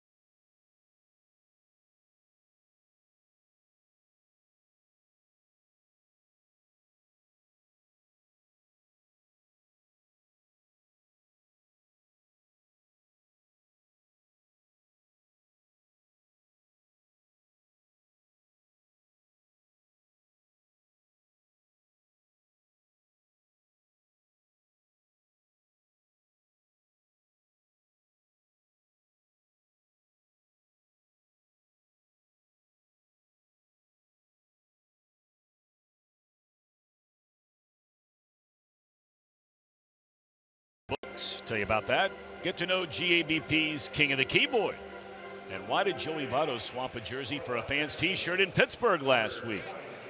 All on Reds Weekly, presented by Miami Valley Gaming, airs tomorrow at 6 right here on Fox Sports Ohio and streaming on Fox Sports Go. Full day of Reds coverage tomorrow. Reds Live gets underway at high noon. The finale of this series at 12:30. Into Reds Live, the post-game show. And we'll have a new edition of Reds Weekly.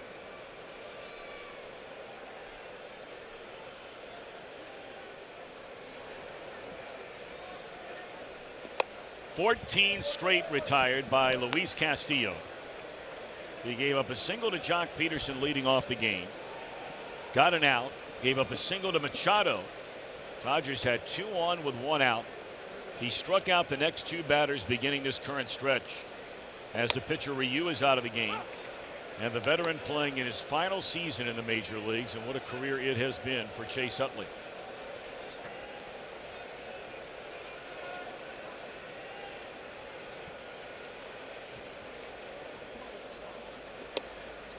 Now 16 years as a major leaguer. He's been an all-star 6 times. Top 10 in the MVP 3 times. Top 15 in the MVP 5 times overall.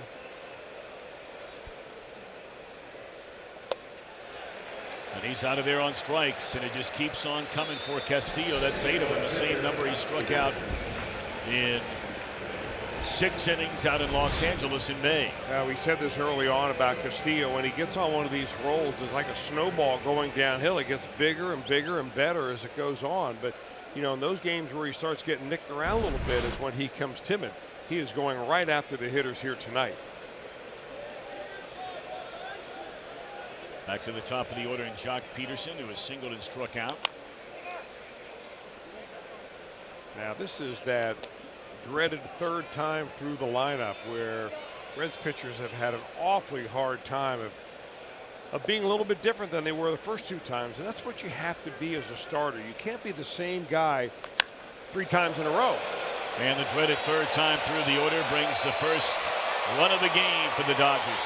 They've now homered in 19 straight games, an LA Dodger franchise record. Number 20 for Jock Peterson in a 3-1 ball game. Now it's a home run hitting team, as you said, and Peterson looked like, we're going to take another look at it, but looked like he shortened his swing a little bit to get to this pitch. Was it as inside as I thought? No, kind of floated out over the center of the plate. If that ball's able to stay right under his elbows, not sure he's going to get to it, but that's a pretty good job of hitting right there for Peterson.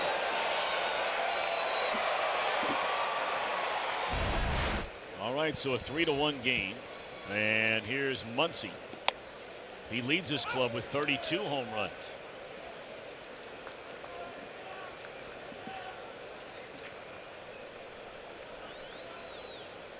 String ends at 15 in a row, retired by Castillo, so you just got to move on now. 1 out in the inning, nobody on.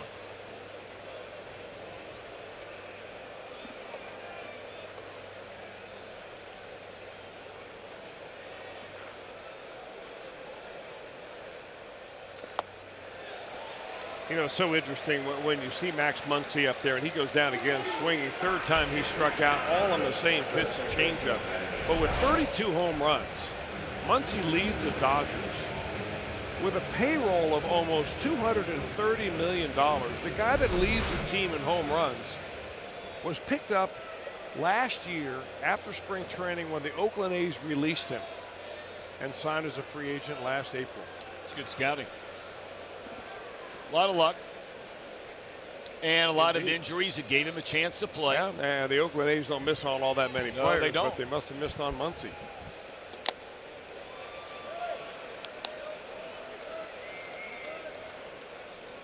I mean, really not a whole lot in his resume that would show you that he was ready to take control of the home run leadership board there at the Dodgers.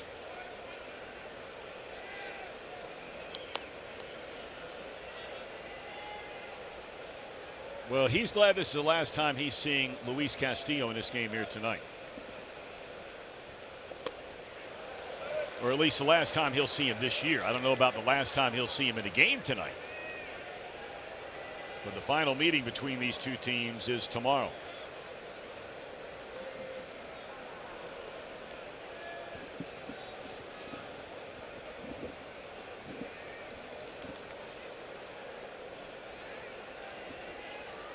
Ball and 2 strikes. Broken bat, 1 hopper to Suarez. And that's all for the Dodgers. Machado just trotting up that line. Doesn't want to get tired tonight. It's warm. On this day of remembrance, USAA honors those who have served and all of our service members at home and abroad. God bless you all.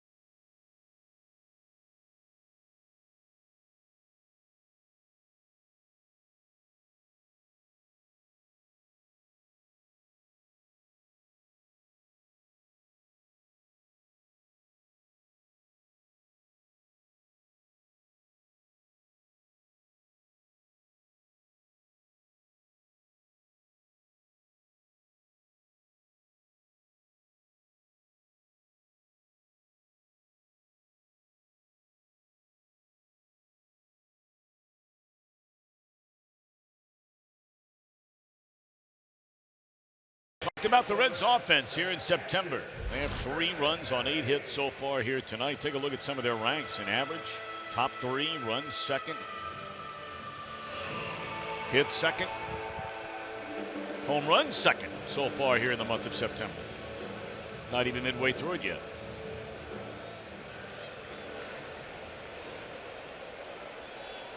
Well, here's a familiar face taking the mound at Great American Ballpark. What a story this guy was early in the year for the Cincinnati Reds. They wound up trading him to the Dodgers. Is Dylan Floro. And he is just having one sensational year.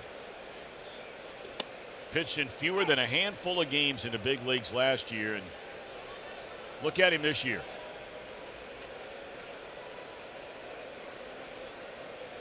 You know, you talk about good scouting for the Reds to give this guy a flyer. Well, you're right about that, and they tried to turn that flyer into, you know, maybe some prospects that they got, lower level prospects, A-ball pitchers. That hopefully down the line will really help the Reds. But I can tell you, in the short run, the Reds really missed Floro, and what he brought to the table as a solid guy out of the bullpen, especially when you're starting pitching, doesn't get you past the 5th inning. You need a couple of guys in the bullpen like Floro and Michael Lorenzen. Tapper down to third off the bat of Casali, and that throw is in the dirt. That's something that we continue to hear, and we brought this up last night with Machado. He threw one in the dirt that wound up in the camera well yesterday. And that one a rather lazy throw on a routine ground ball to third. Well, it followed up a lazy jog to first base on a ground ball that ended the inning. Wasn't a ground ball back to the pitcher or one to the first baseman where you know you're being beat to the bag. But I mean, you know, for a team that's in a pennant race, he's playing like it's the month of April, not the month of September. Or like he's playing for a Baltimore team that's 40 out. And we've only had a short sample size of this, but what we're hearing from people that follow the Dodgers around, that this is kind of a common theme. Unfortunate, because he's got a world of talent. He sure does.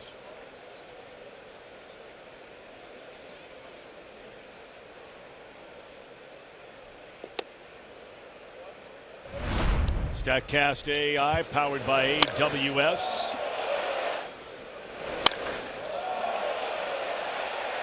The 112.4 miles per hour on the exit velocity, the highest by any Red on a home run, and that traveled nearly 440 feet. Woo. That's doing it. 2-0 pitch.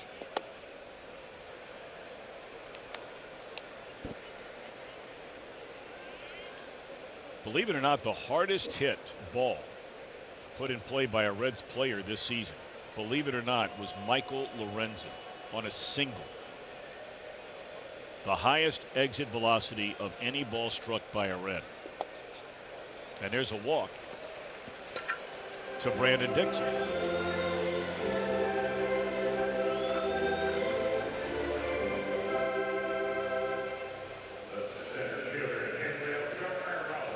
Reds have used 16 different outfielders so far this year. That's 3 more than any other team in baseball, the most by a Reds team since they used 18 in 1993. I mean, think about some of the guys they played in the outfield this year.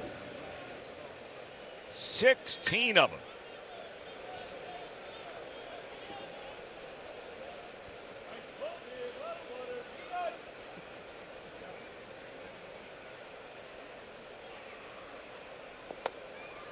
Some of them no longer even with the Reds organization. Phil Goslin, Rosell Herrera, Aquino still here. Aristides, Alex Blandino out for the year with that knee injury.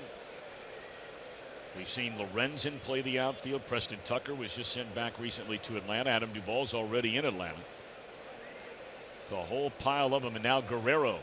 They start here tonight. Got his first big league hit his last time up. A single to right field.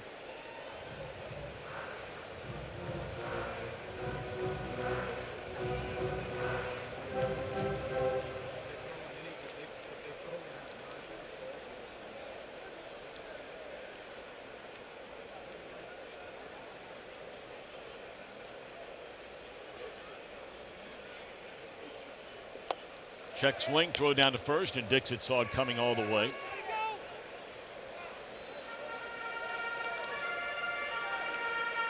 We'll keep you up to date on what else is going on around baseball as the night rolls on. So the time of the year where it's fun to watch.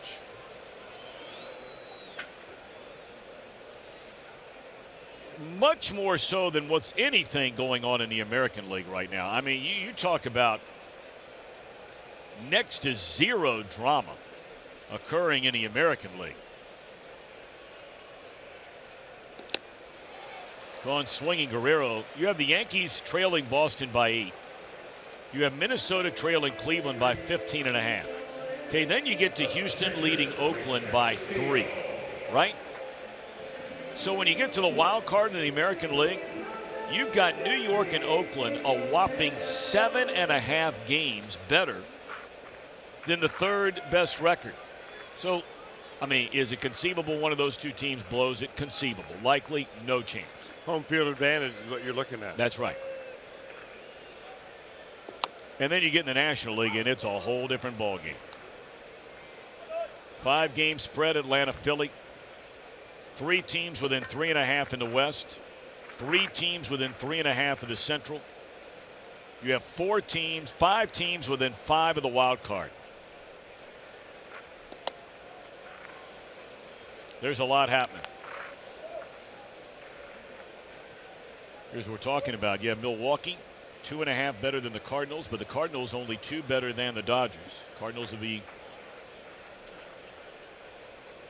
playing just getting underway about 5 minutes ago tonight against the Pirates. And then Arizona will play later tonight in Colorado. 0-2 on Castillo, and he's out of there swinging.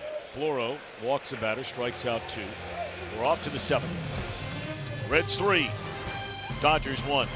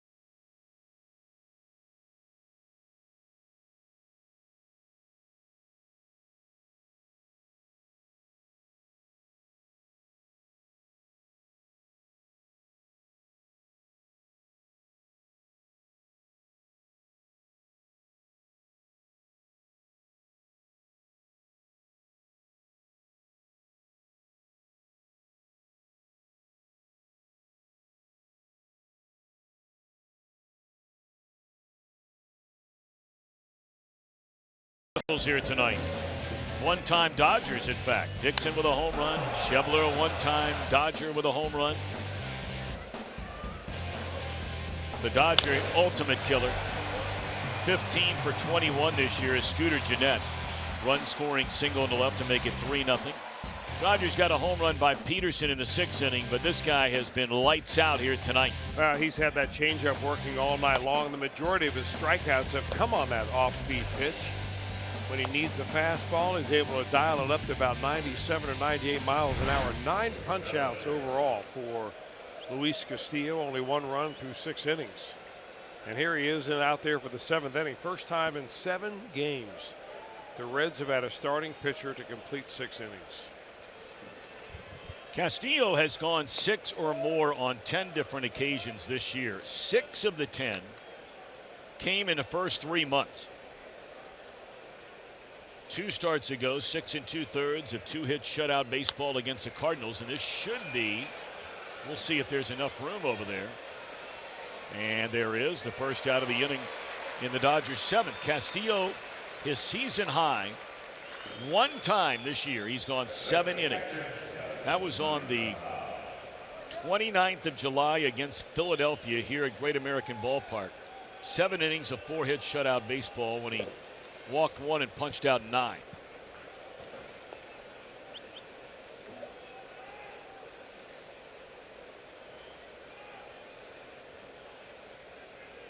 Here's Grandal.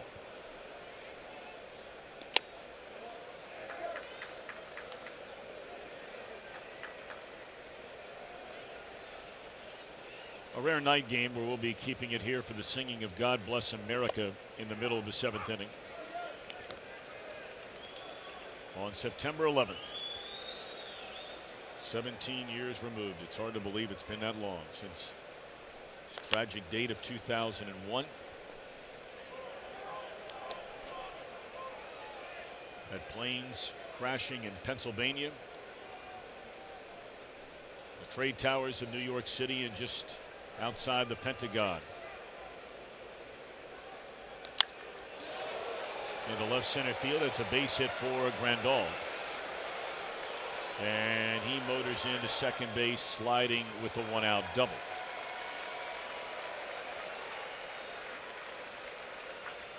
That's his first hit in 3 at-bats. Well, he had a home run last night, Grandal did, into the right center field bleachers. This time he hitting left-handed, he takes the ball the other way. Really strong guy, Grandal is.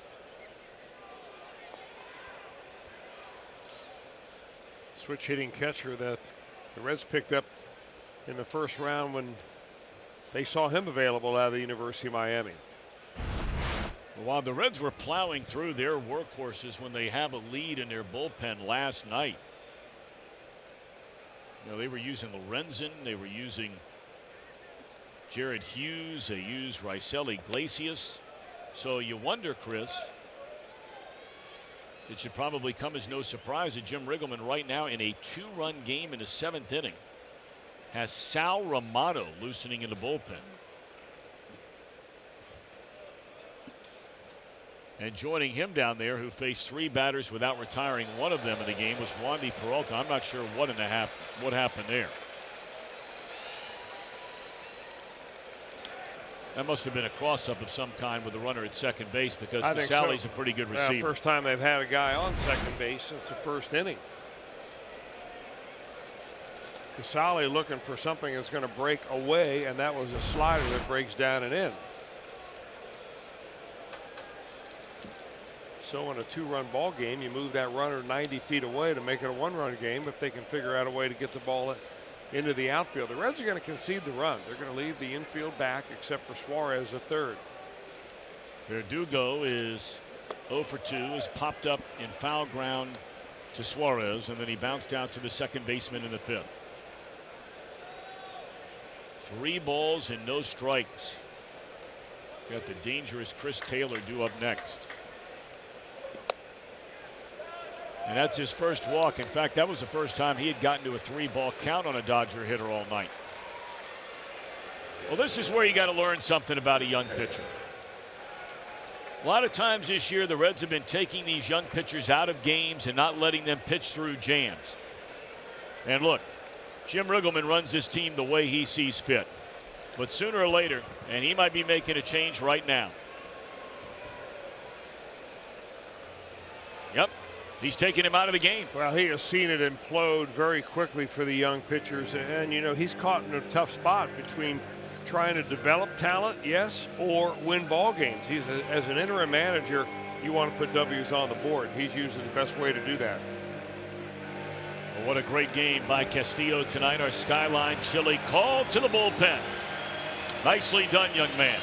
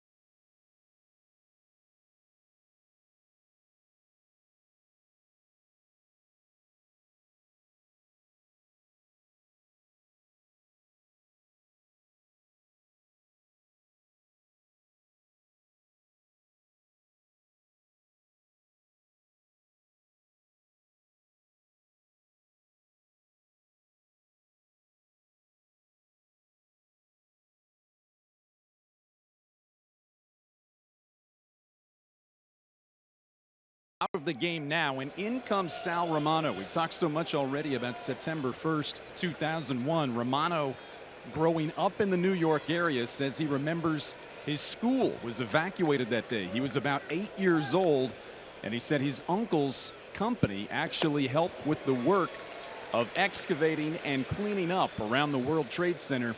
It was a very moving time, obviously, for him and his family, and he, like everyone else, remembering that day here tonight. Brian, thank you so much. Romano, 24 starts. This is his 9th game out of the Cincinnati bullpen. And he quickly gets ahead, 0-2. A high slider and a low fastball. All of a sudden, Chris Taylor is behind 0-2. 2 quality pitches right out of the chute for Romano.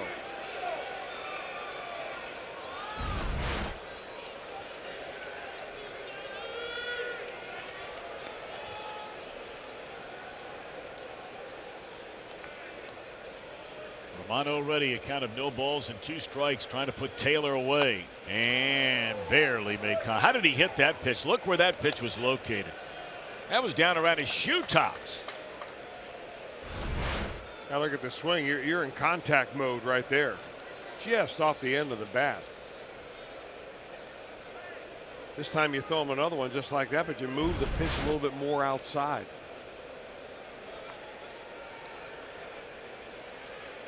Nothing in 2 on Chris Taylor.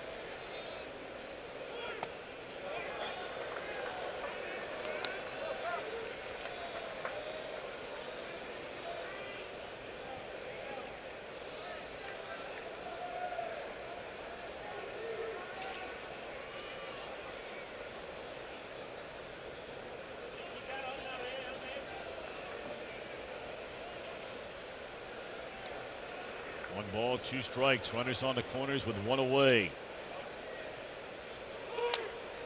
And he barely made contact again, but contact to hang around.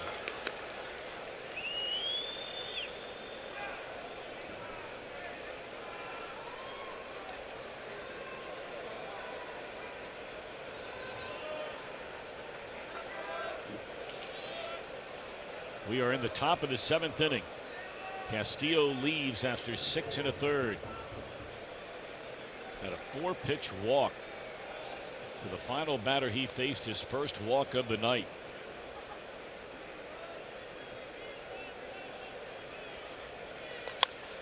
Fly ball, short right. Will they take the chance here? Here comes a runner, and he slams on the brakes. That's Grandal down there. Alert base running made by Taylor. Of course, if you hit the cut, or rather by Verdugo, if you hit the cutoff man, you might get him out at second base. Well, you're not sure at that point whether that runner's going or not. It was a pretty good attempt by Grandal as he comes down there, puts his head down, gives every indication he's going to go all the way. And you know, they know about Schebler. They know he's been on the DL with a shoulder injury, that he couldn't throw. He could hit the entire time that he was on the disabled list, but he couldn't throw. But he comes up with just a good enough throw right there to hold the runner at third. All right, but the other runner does move into scoring position, so this is a big at bat. Yasiel Puig, the batter. You have the pitcher spot due next. And a fastball is on the inside corner. A strike. They have Justin Turner standing down there in the on-deck circle. He's been their best offensive player. Well, he took a 2-0 fastball last night from Jared Hughes, by far the best pitch that he was going to get from Hughes, for a strike. And he takes a first pitch fastball from Romano there. I'm curious about his approach sometimes. I'm talking about Puig. I mean, if you face a guy like Romano, whose calling card after his fastball is that slider, and you take a first pitch fastball for a strike, believe me, you're getting at least 2 sliders in a row.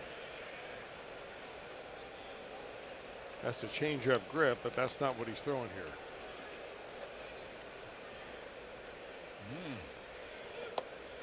Came in there with another fastball. A teaser pitch.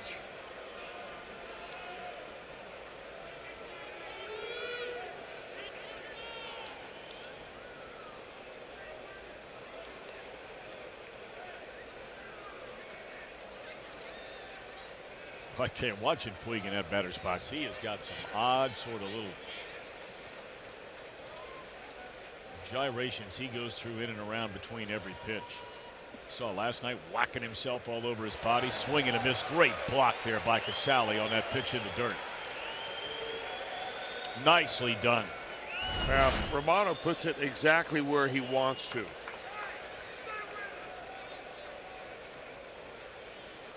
You got to have confidence in your catcher to be able to do that. Casale fundamentally right on it. All right, so here we go. 1 ball and 2 strikes a count with a tying run at second base. Reds in front 3-1 in the 7th. Romano trying to slam the door.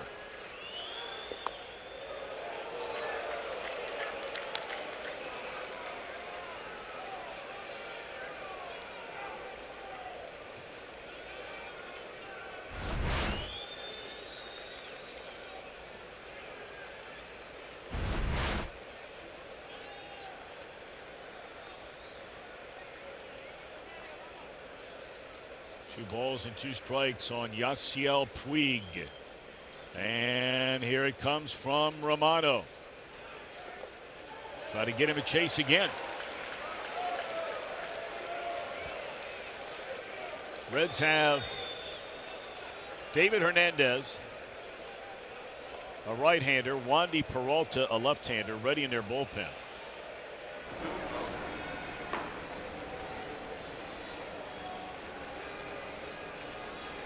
This is one of the biggest pitches of the night coming up. You get Puig out, you strand 2 with 6 outs to go. He reaches base.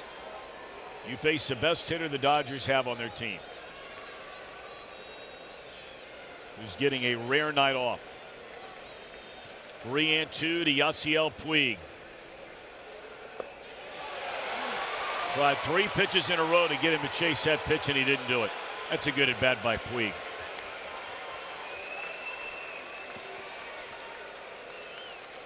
I'd like to send out a big happy birthday.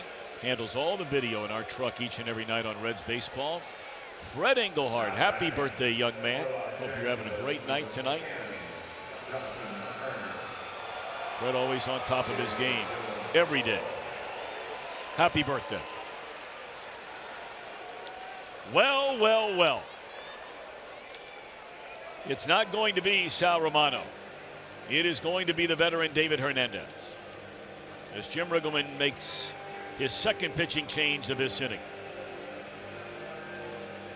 Bases loaded, a 3-1 game.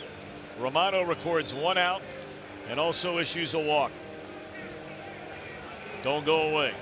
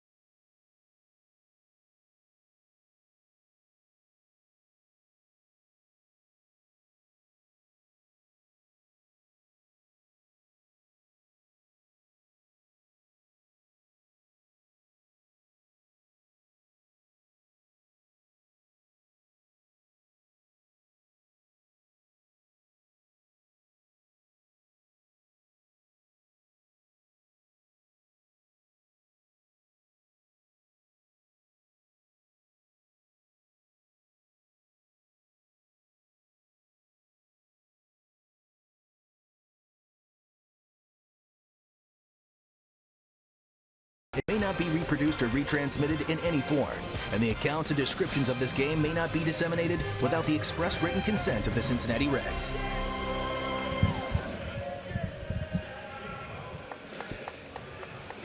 Well, Luis Castillo is cruising along coming into this 7th inning. He allowed a 1-out double, but then issued a 4-pitch walk. Jim Riggleman made the decision to come get him. Romano got an out, but then walked Puig to load him up. And now it'll be David Hernandez to face Justin Turner, with the Reds leading 3-1, bases loaded, 2 outs here in the 7th inning. Oh, where did that miss? Off the outside corner, a fastball. You see those numbers on Turner, they really don't tell the story. He missed so much time early in the year. He has been among the most deadly hitters in all of baseball since being activated, and especially since a break. 2-0.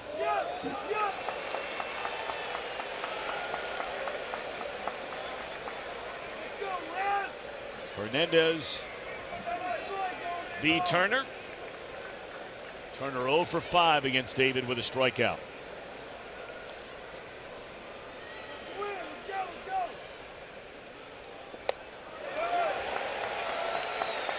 Not a whole lot of fooling around on that pitch. 95 right down to Can. Maybe slightly off to the center.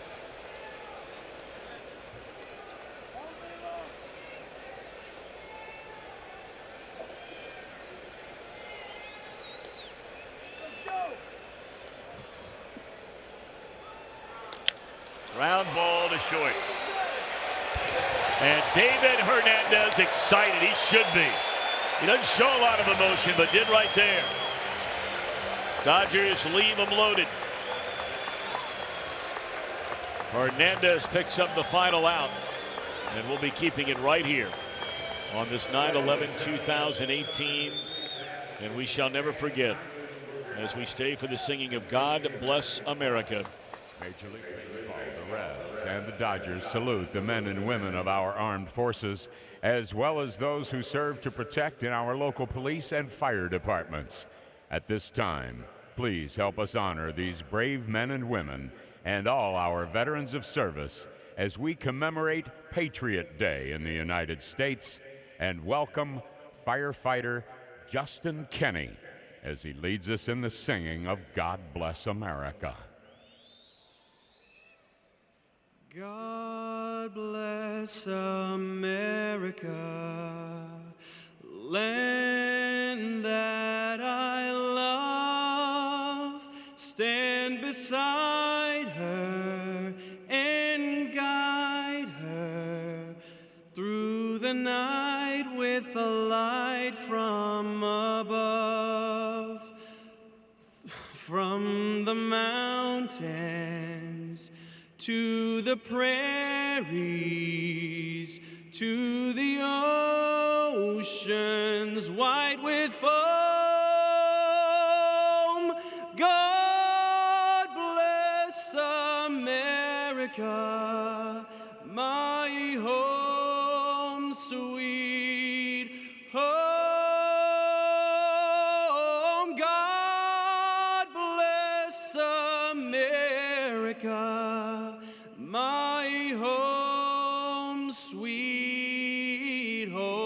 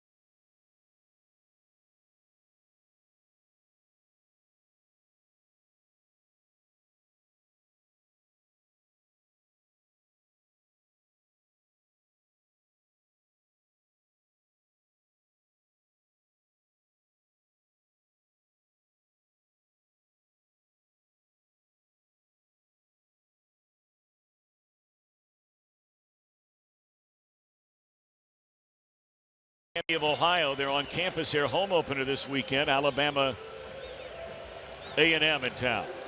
Give the first look at the weekend's action. Bearcats Insider provided by Columbia Hyundai Genesis. Tomorrow at 6:30 on Fox Sports Ohio and streaming on Fox Sports Go.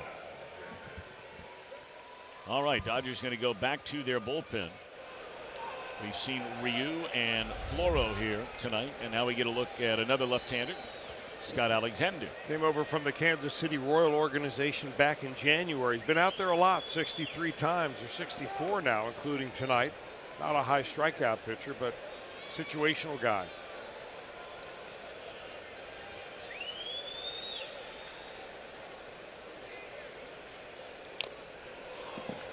Ryu went the first 5, allowed 8 hits, all 3 runs.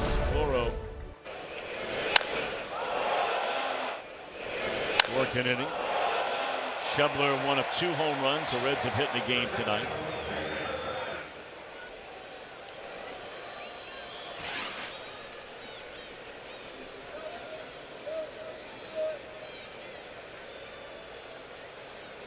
Nothing in 1 on Schebler, and fooled badly by the slow breaking ball there. Now that's the go-to pitch. He calls it a slider, Alexander does. It's more of a combination curve and slider together. Grew up in California, actually drafted by the Reds out of high school, didn't sign. Kansas City got him out of college, Sonoma State University in Rohnert Park, California. And there's strike 3 on Schebler. Now Peraza the batter. And another good night for Jose. A double, a line out, and a single. 2 for 3. His batting average continues to knock on that door, seemingly with every passing day, closer and closer to 300. Up to 293 now. The 10 home runs, 52 knocked in, 30 doubles for Peraza.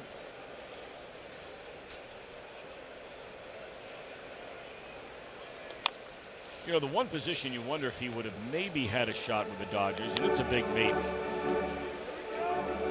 would have been as a second baseman. They had Seager at shortstop.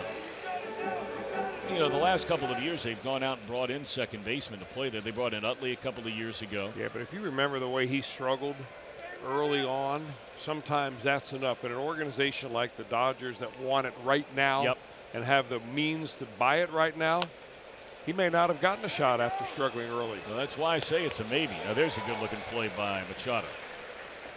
He got rid of that ball right now. Oh, he's got it in him.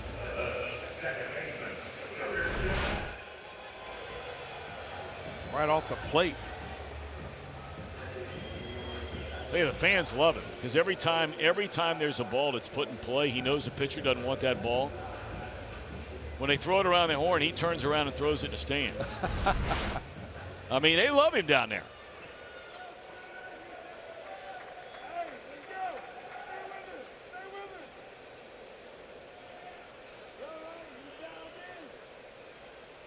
Scooter Gennett, 1 for 2, a run scoring single in the 5th inning. He's also drawn a walk.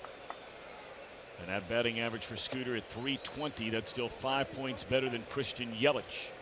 Brewers playing tonight at Wrigley Field. A game behind the Cubbies in the Central.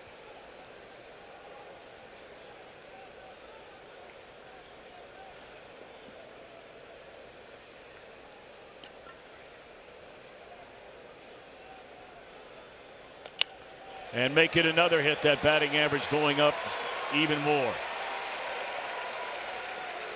So what is that, 16 for 22? Is that what that is for Gennett now this year against the Dodgers? I mean, just unbelievable. Even when he gets it right in on the label, a jam shot right here. He's got enough bat speed to get it into the outfield. He's flipped one into left center, flips this one into right.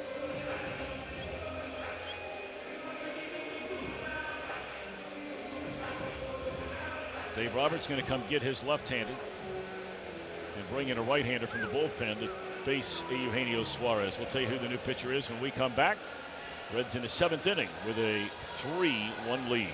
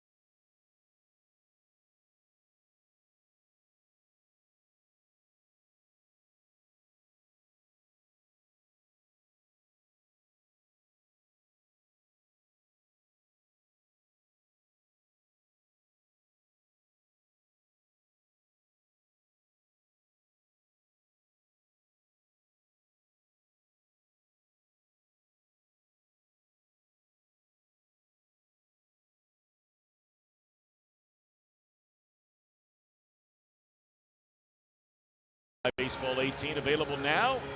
Learn more at rbigame.com. Rated E for everyone.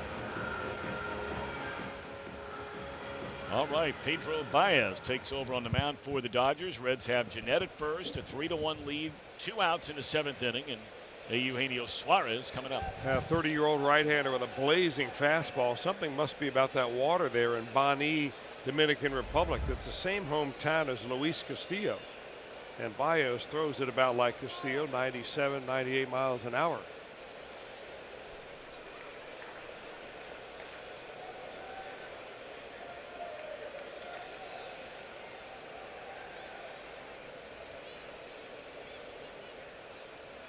Alrighty, so here comes Suarez, and a rocket into left center field to hit.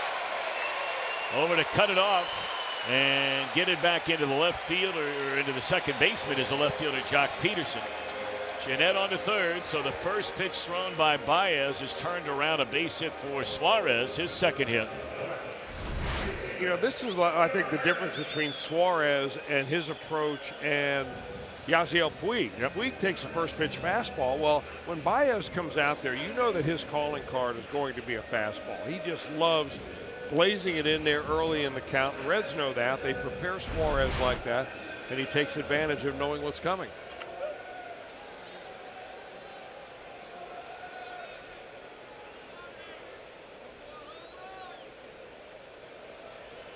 So here's Phillip Ervin. He is popped up, struck out, and flied out to right field. Runners on the corners. That's a big run down there at third for the Reds. You'd love to get that 2-run spread to at least a 3-run spread again. Bottom fell out of that pitch. The Baez says enough of my fastball being turned around here. I'm dropping something on him.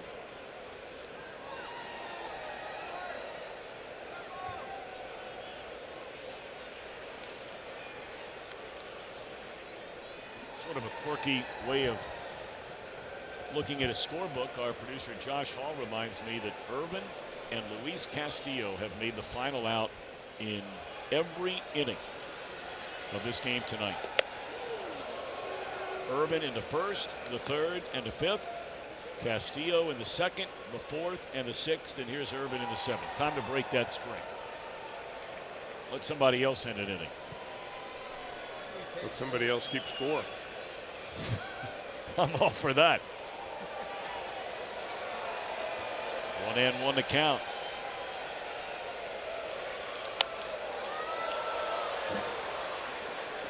And now 1-2.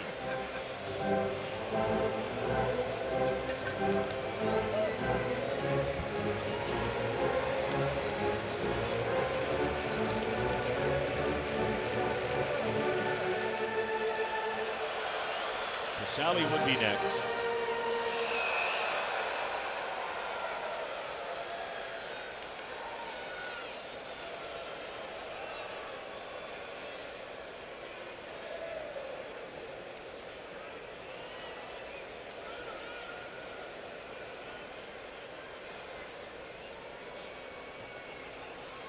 One ball, 2 strikes. Double foul.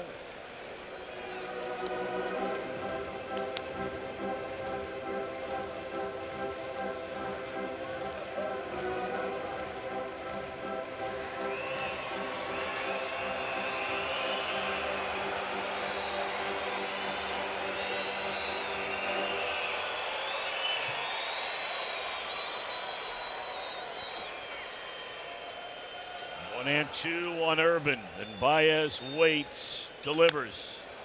Fastball, and able to make contact is Phillip.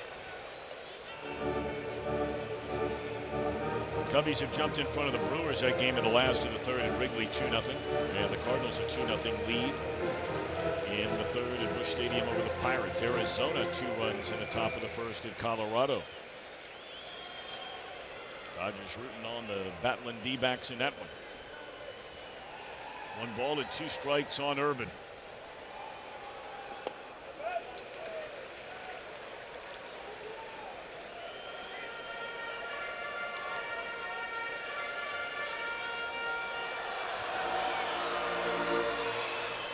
It's all started with Jeanette, a 2-out single to Chase Alexander.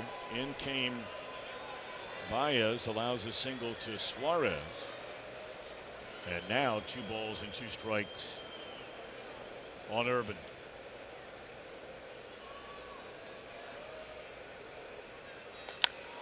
In the air, right field. This will end the inning. So Baez gets the job done. The Reds strand 2. 8th inning coming up. Reds lead by 2.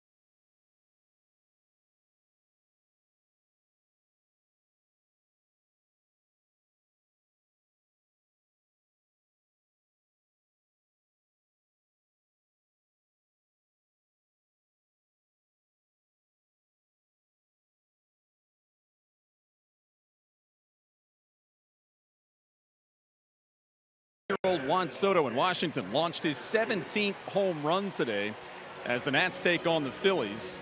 He passes Ken Griffey Jr. on the all-time list of home runs by teenagers. Jr. obviously had 16, but Soto now alone in 4th with his 17th. Ahead of him, Mel Ott with 19, Bryce Harper with 22, and former Boston Red Sox Tony Conigliaro with 24 in that doubleheader.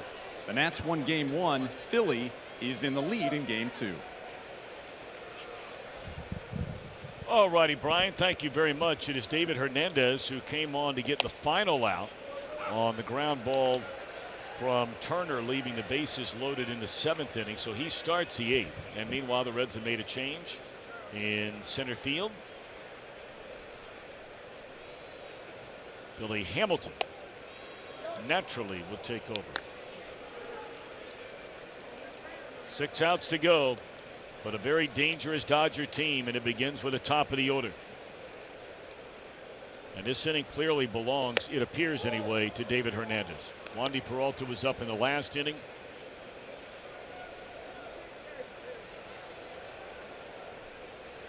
They go lefty, lefty, righty, lefty, switch, lefty. Hit a ton but foul. Peterson already accounting for the lone Dodger run in this game with a home run deep to the seats in right field in inning number 6.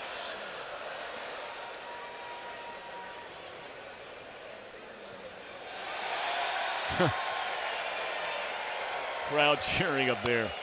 A ball wound up in an area where there aren't many folks sitting up there, and this guy, 2 guys go after it, and I mean, they were moving at roughly the speed of a glacier.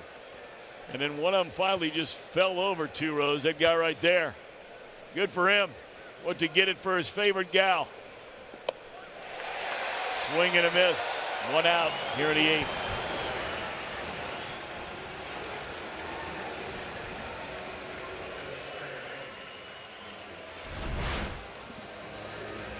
Hernandez is, in the mind of Jim Riggleman, a better option against the left-handed hitting Dodgers than is Wandy Peralta down there. He's got that little fastball that'll run away from him. High leverage situations. He's been doing this for a long time.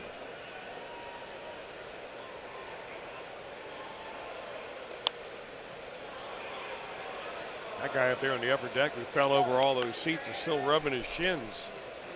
He might be icing by the end of the night. I'm telling you, he went to bend over and he didn't realize it was one more row. So he started stretching out on his boiler. That's my old golf buddy, Greg Lamping, as a matter of fact. Is that right? Yeah, this guy right here. In the Reds hat. Come on, Greg. Hey, he did a great job. Don't be beating him down. That was awesome. Well, look at his shin bleeding. He's got it right here. He's going to Oh, my God, you're right. It is. Well, knowing Greg, he'll be icing from the inside. And why not? 0-2 to count. Will jam shot pop up. Can Peraza get there? In and out of the glove.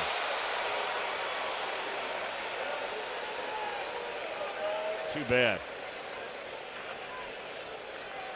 Disappointed in himself because a lot of infielders feel that they can touch it, they can catch it.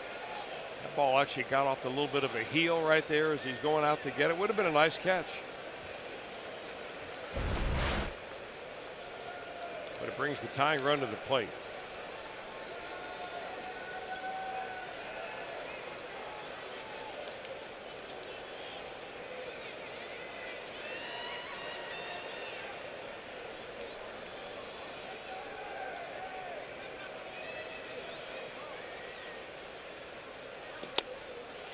All right, so the tying run comes to the plate. And if you combine his numbers in Baltimore with those in Los Angeles, Machado is the leading home run hitter on this team.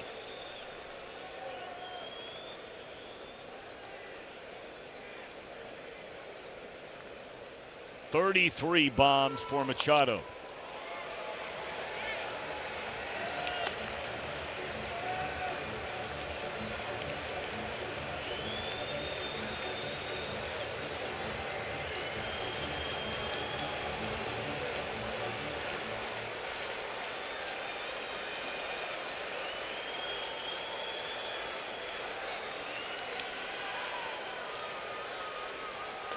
Bouncing ball could be two.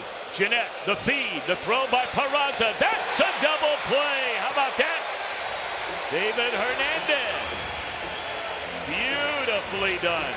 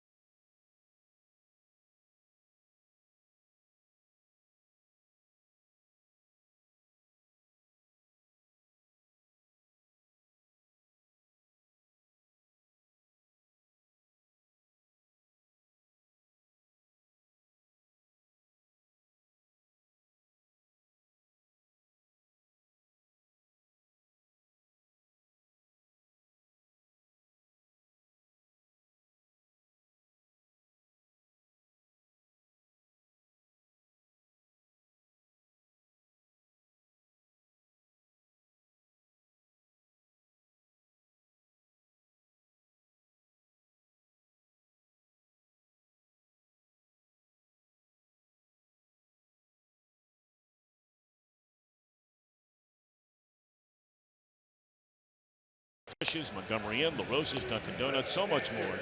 Given away throughout the game to lucky fans. Redlegs and the Pirates. You can be here for as low as $12. Visit Reds.com for tickets. Postcard entries accepted.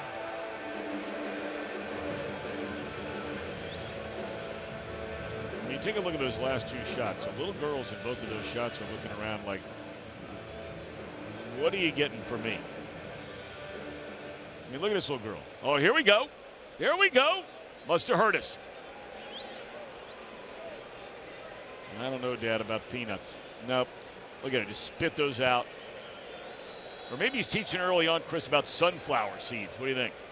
I think he's just getting the salt off the peanut shells. First pitch swinging. Casali pops it up against Baez. One pitch, one out.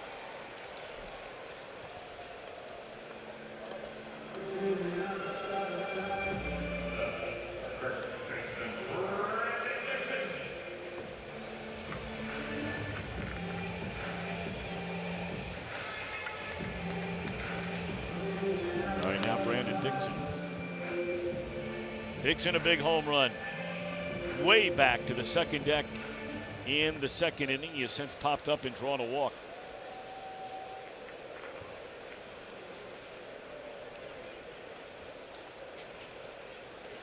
The producer of Reds baseball is Josh Hall. Our director tonight, Brian Hunterman. Thank our associate directors, producers, Matt Sigafus and Jim Mueller. The producer of Reds Live is Kent Dreamweaver. Coordinating producer for Reds baseball, Bob Pennell. Our executive producer at Fox Sports Ohio, Tom Farmer. We always thank our entire crew each and every day, and a fabulous job that they do all year long, every single home game. Bouncer down to third. Two down in the inning, and once more Fred Engelhardt, a happy birthday to you, part of our crew as well. 3 pitches, 2 outs. You're looking ahead to the Dodger ninth. They go Bellinger, Grandal, Verdugo. And that's 4, 5, and 6.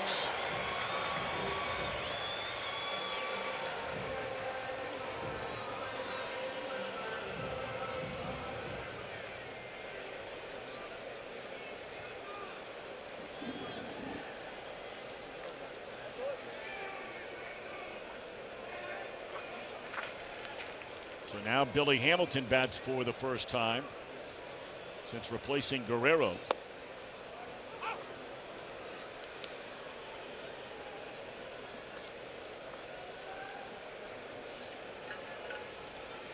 .239 batter. 30 stolen bases for Billy.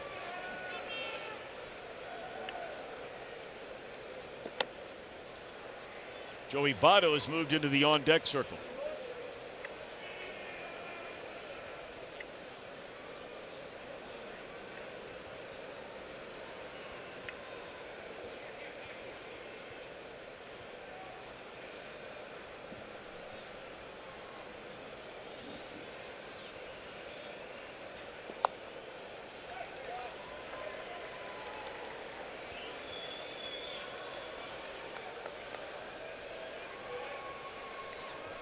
Well, today with that tinge of camouflage colors in the uniforms tonight, Billy able to wear those yellow spikes we've seen him don from time to time.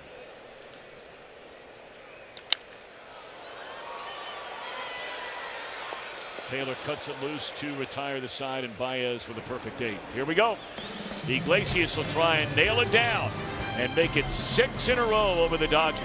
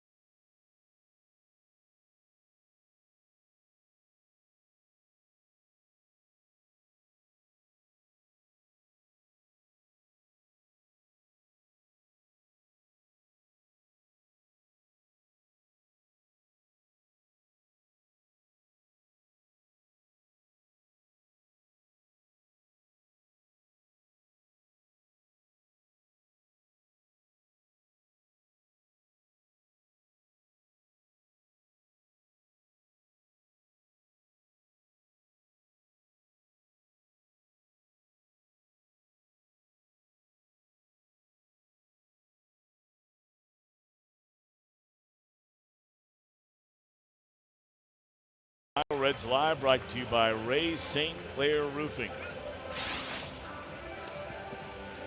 Probables tomorrow, high noon, Reds Live. Been a good year for the Dodger right-hander, no two ways about that. And DeSclafani, when all's said and done, he's come back to pitch well this season. He really has. I mean, it took him a little while, you know, had a lot of rust to shake off when he first came off the list, having been so long since he had been out there, but he's throwing the ball well. All righty, trying to nail it down is Raisel Iglesias. He'll be facing Bellinger to begin the inning.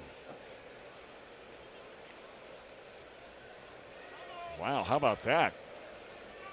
Iglesias shaking off his catcher 2, 3, 4 times before the very first pitch in the at-bat. So here we go. Fastball at 95 right down the middle.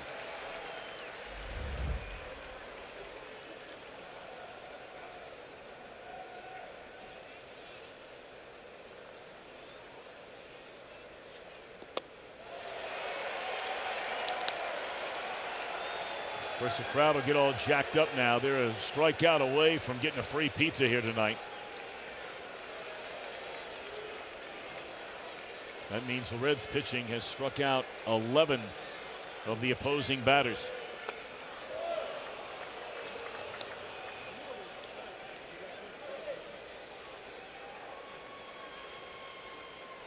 Bellinger, Grandal, Verdugo here in the Dodger ninth.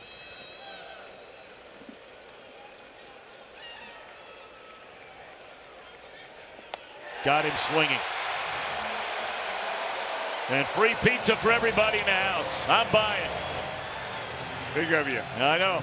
Thank you. Took you long enough to come up and own it. Well, third day in a row for Iglesias out there, and Riggleman does not like to use him 3 days in a row, but this is a special exception right here. He has not really overpitched himself the last couple of days. He threw 10 pitches on the first game, or the last game against the Padres on Sunday, 17 yesterday. He's only done it, what, less than a handful of times or something? Fourth time this year he's done it.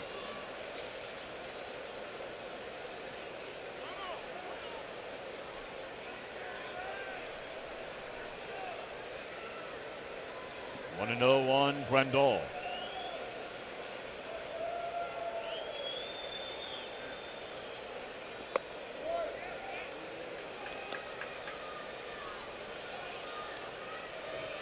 Grandal struck out, bounced to second, then doubled into left center field his last time up. Dodgers have been held to 5 hits and 1 run. The 1 run, a home run by Jock Peterson. 2-1.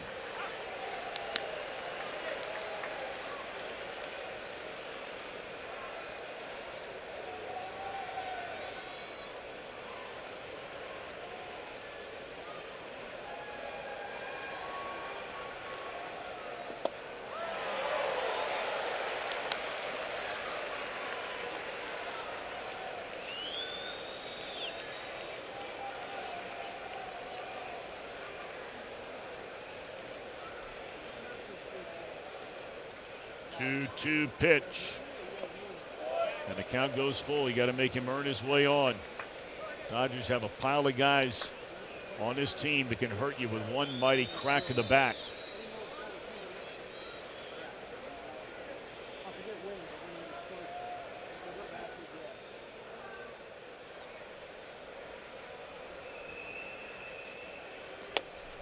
Oh, boy. Wow. Took a little bit off, tried to get him to chase a changeup, and brings the tying run to the plate. Coming up after the game tonight and after every game, Reds Live brought to you by Performance St. Kings Honda. We invite you to stick around for that.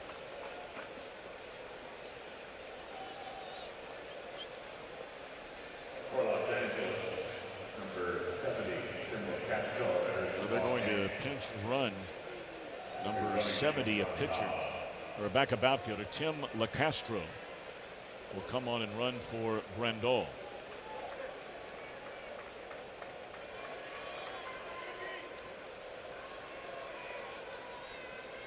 Verdugo, the batter.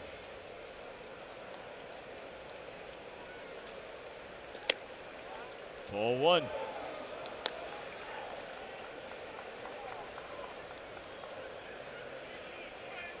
And after this guy, you got a couple of guys with big-time power coming up. Taylor, then Yasiel Puig. Yeah, but both right-handed there, and I'm a little curious. You know, maybe did Dave Roberts even consider maybe going to the bench right here, bringing Matt Kemp up off the bench to play? Doesn't really have much in the way of anybody left-handed who can hit the ball out of the ballpark, but he's got a whole bunch of them right-handed. Headliner would be Kemp. He's already used Turner. Used him with the bases loaded. But Hernandez got him out to end the 7th. He used Chase Utley, a left-handed batter, not the slugger or hitter he once was.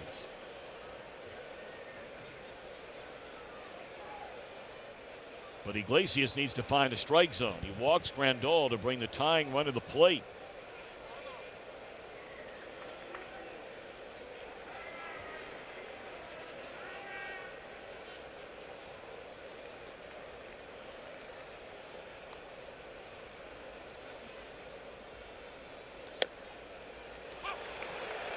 Two and two. A lot of off-speed pitches in this inning for Iglesias.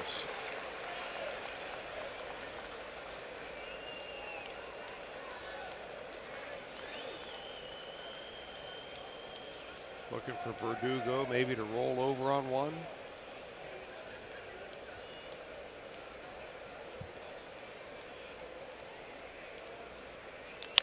Which he does. There's a tag, and it is a double play to win the game. What a play by Dixon. So alert, Brandon Dixon. No matter where you play this young man, he finds a way to get the job done. And this will be our Miller Lite hold true moment. Brandon Dixon to pick up the final 2 outs. Knew exactly where the runner was. Well, that was just terrible base running, too, by the Dodgers. Any delay there whatsoever. Look at that. Well, you know, legally, that runner doesn't have to run anywhere close to the fielder fielding the ball. He could have run into right field if he wanted to. It would have probably been a tag double play anyhow. But it made it a lot easier for Dixon just to tag the runner, flip it over to the pitcher, end the ball game like that. 3-1 final. A lot of Reds fans going home happy here tonight. Chris, can you believe it? If you're a Dodger fan, you are 0-6 against the Reds and 2-4 against the Florida Marlins, and you're trying to win a divisional championship. Well, I'm sure there's more than just Dodger fans doing that right now. There's probably 100 people in the analytics department firing up those computers. They've got the Cray supercomputer getting ready to go right now. How?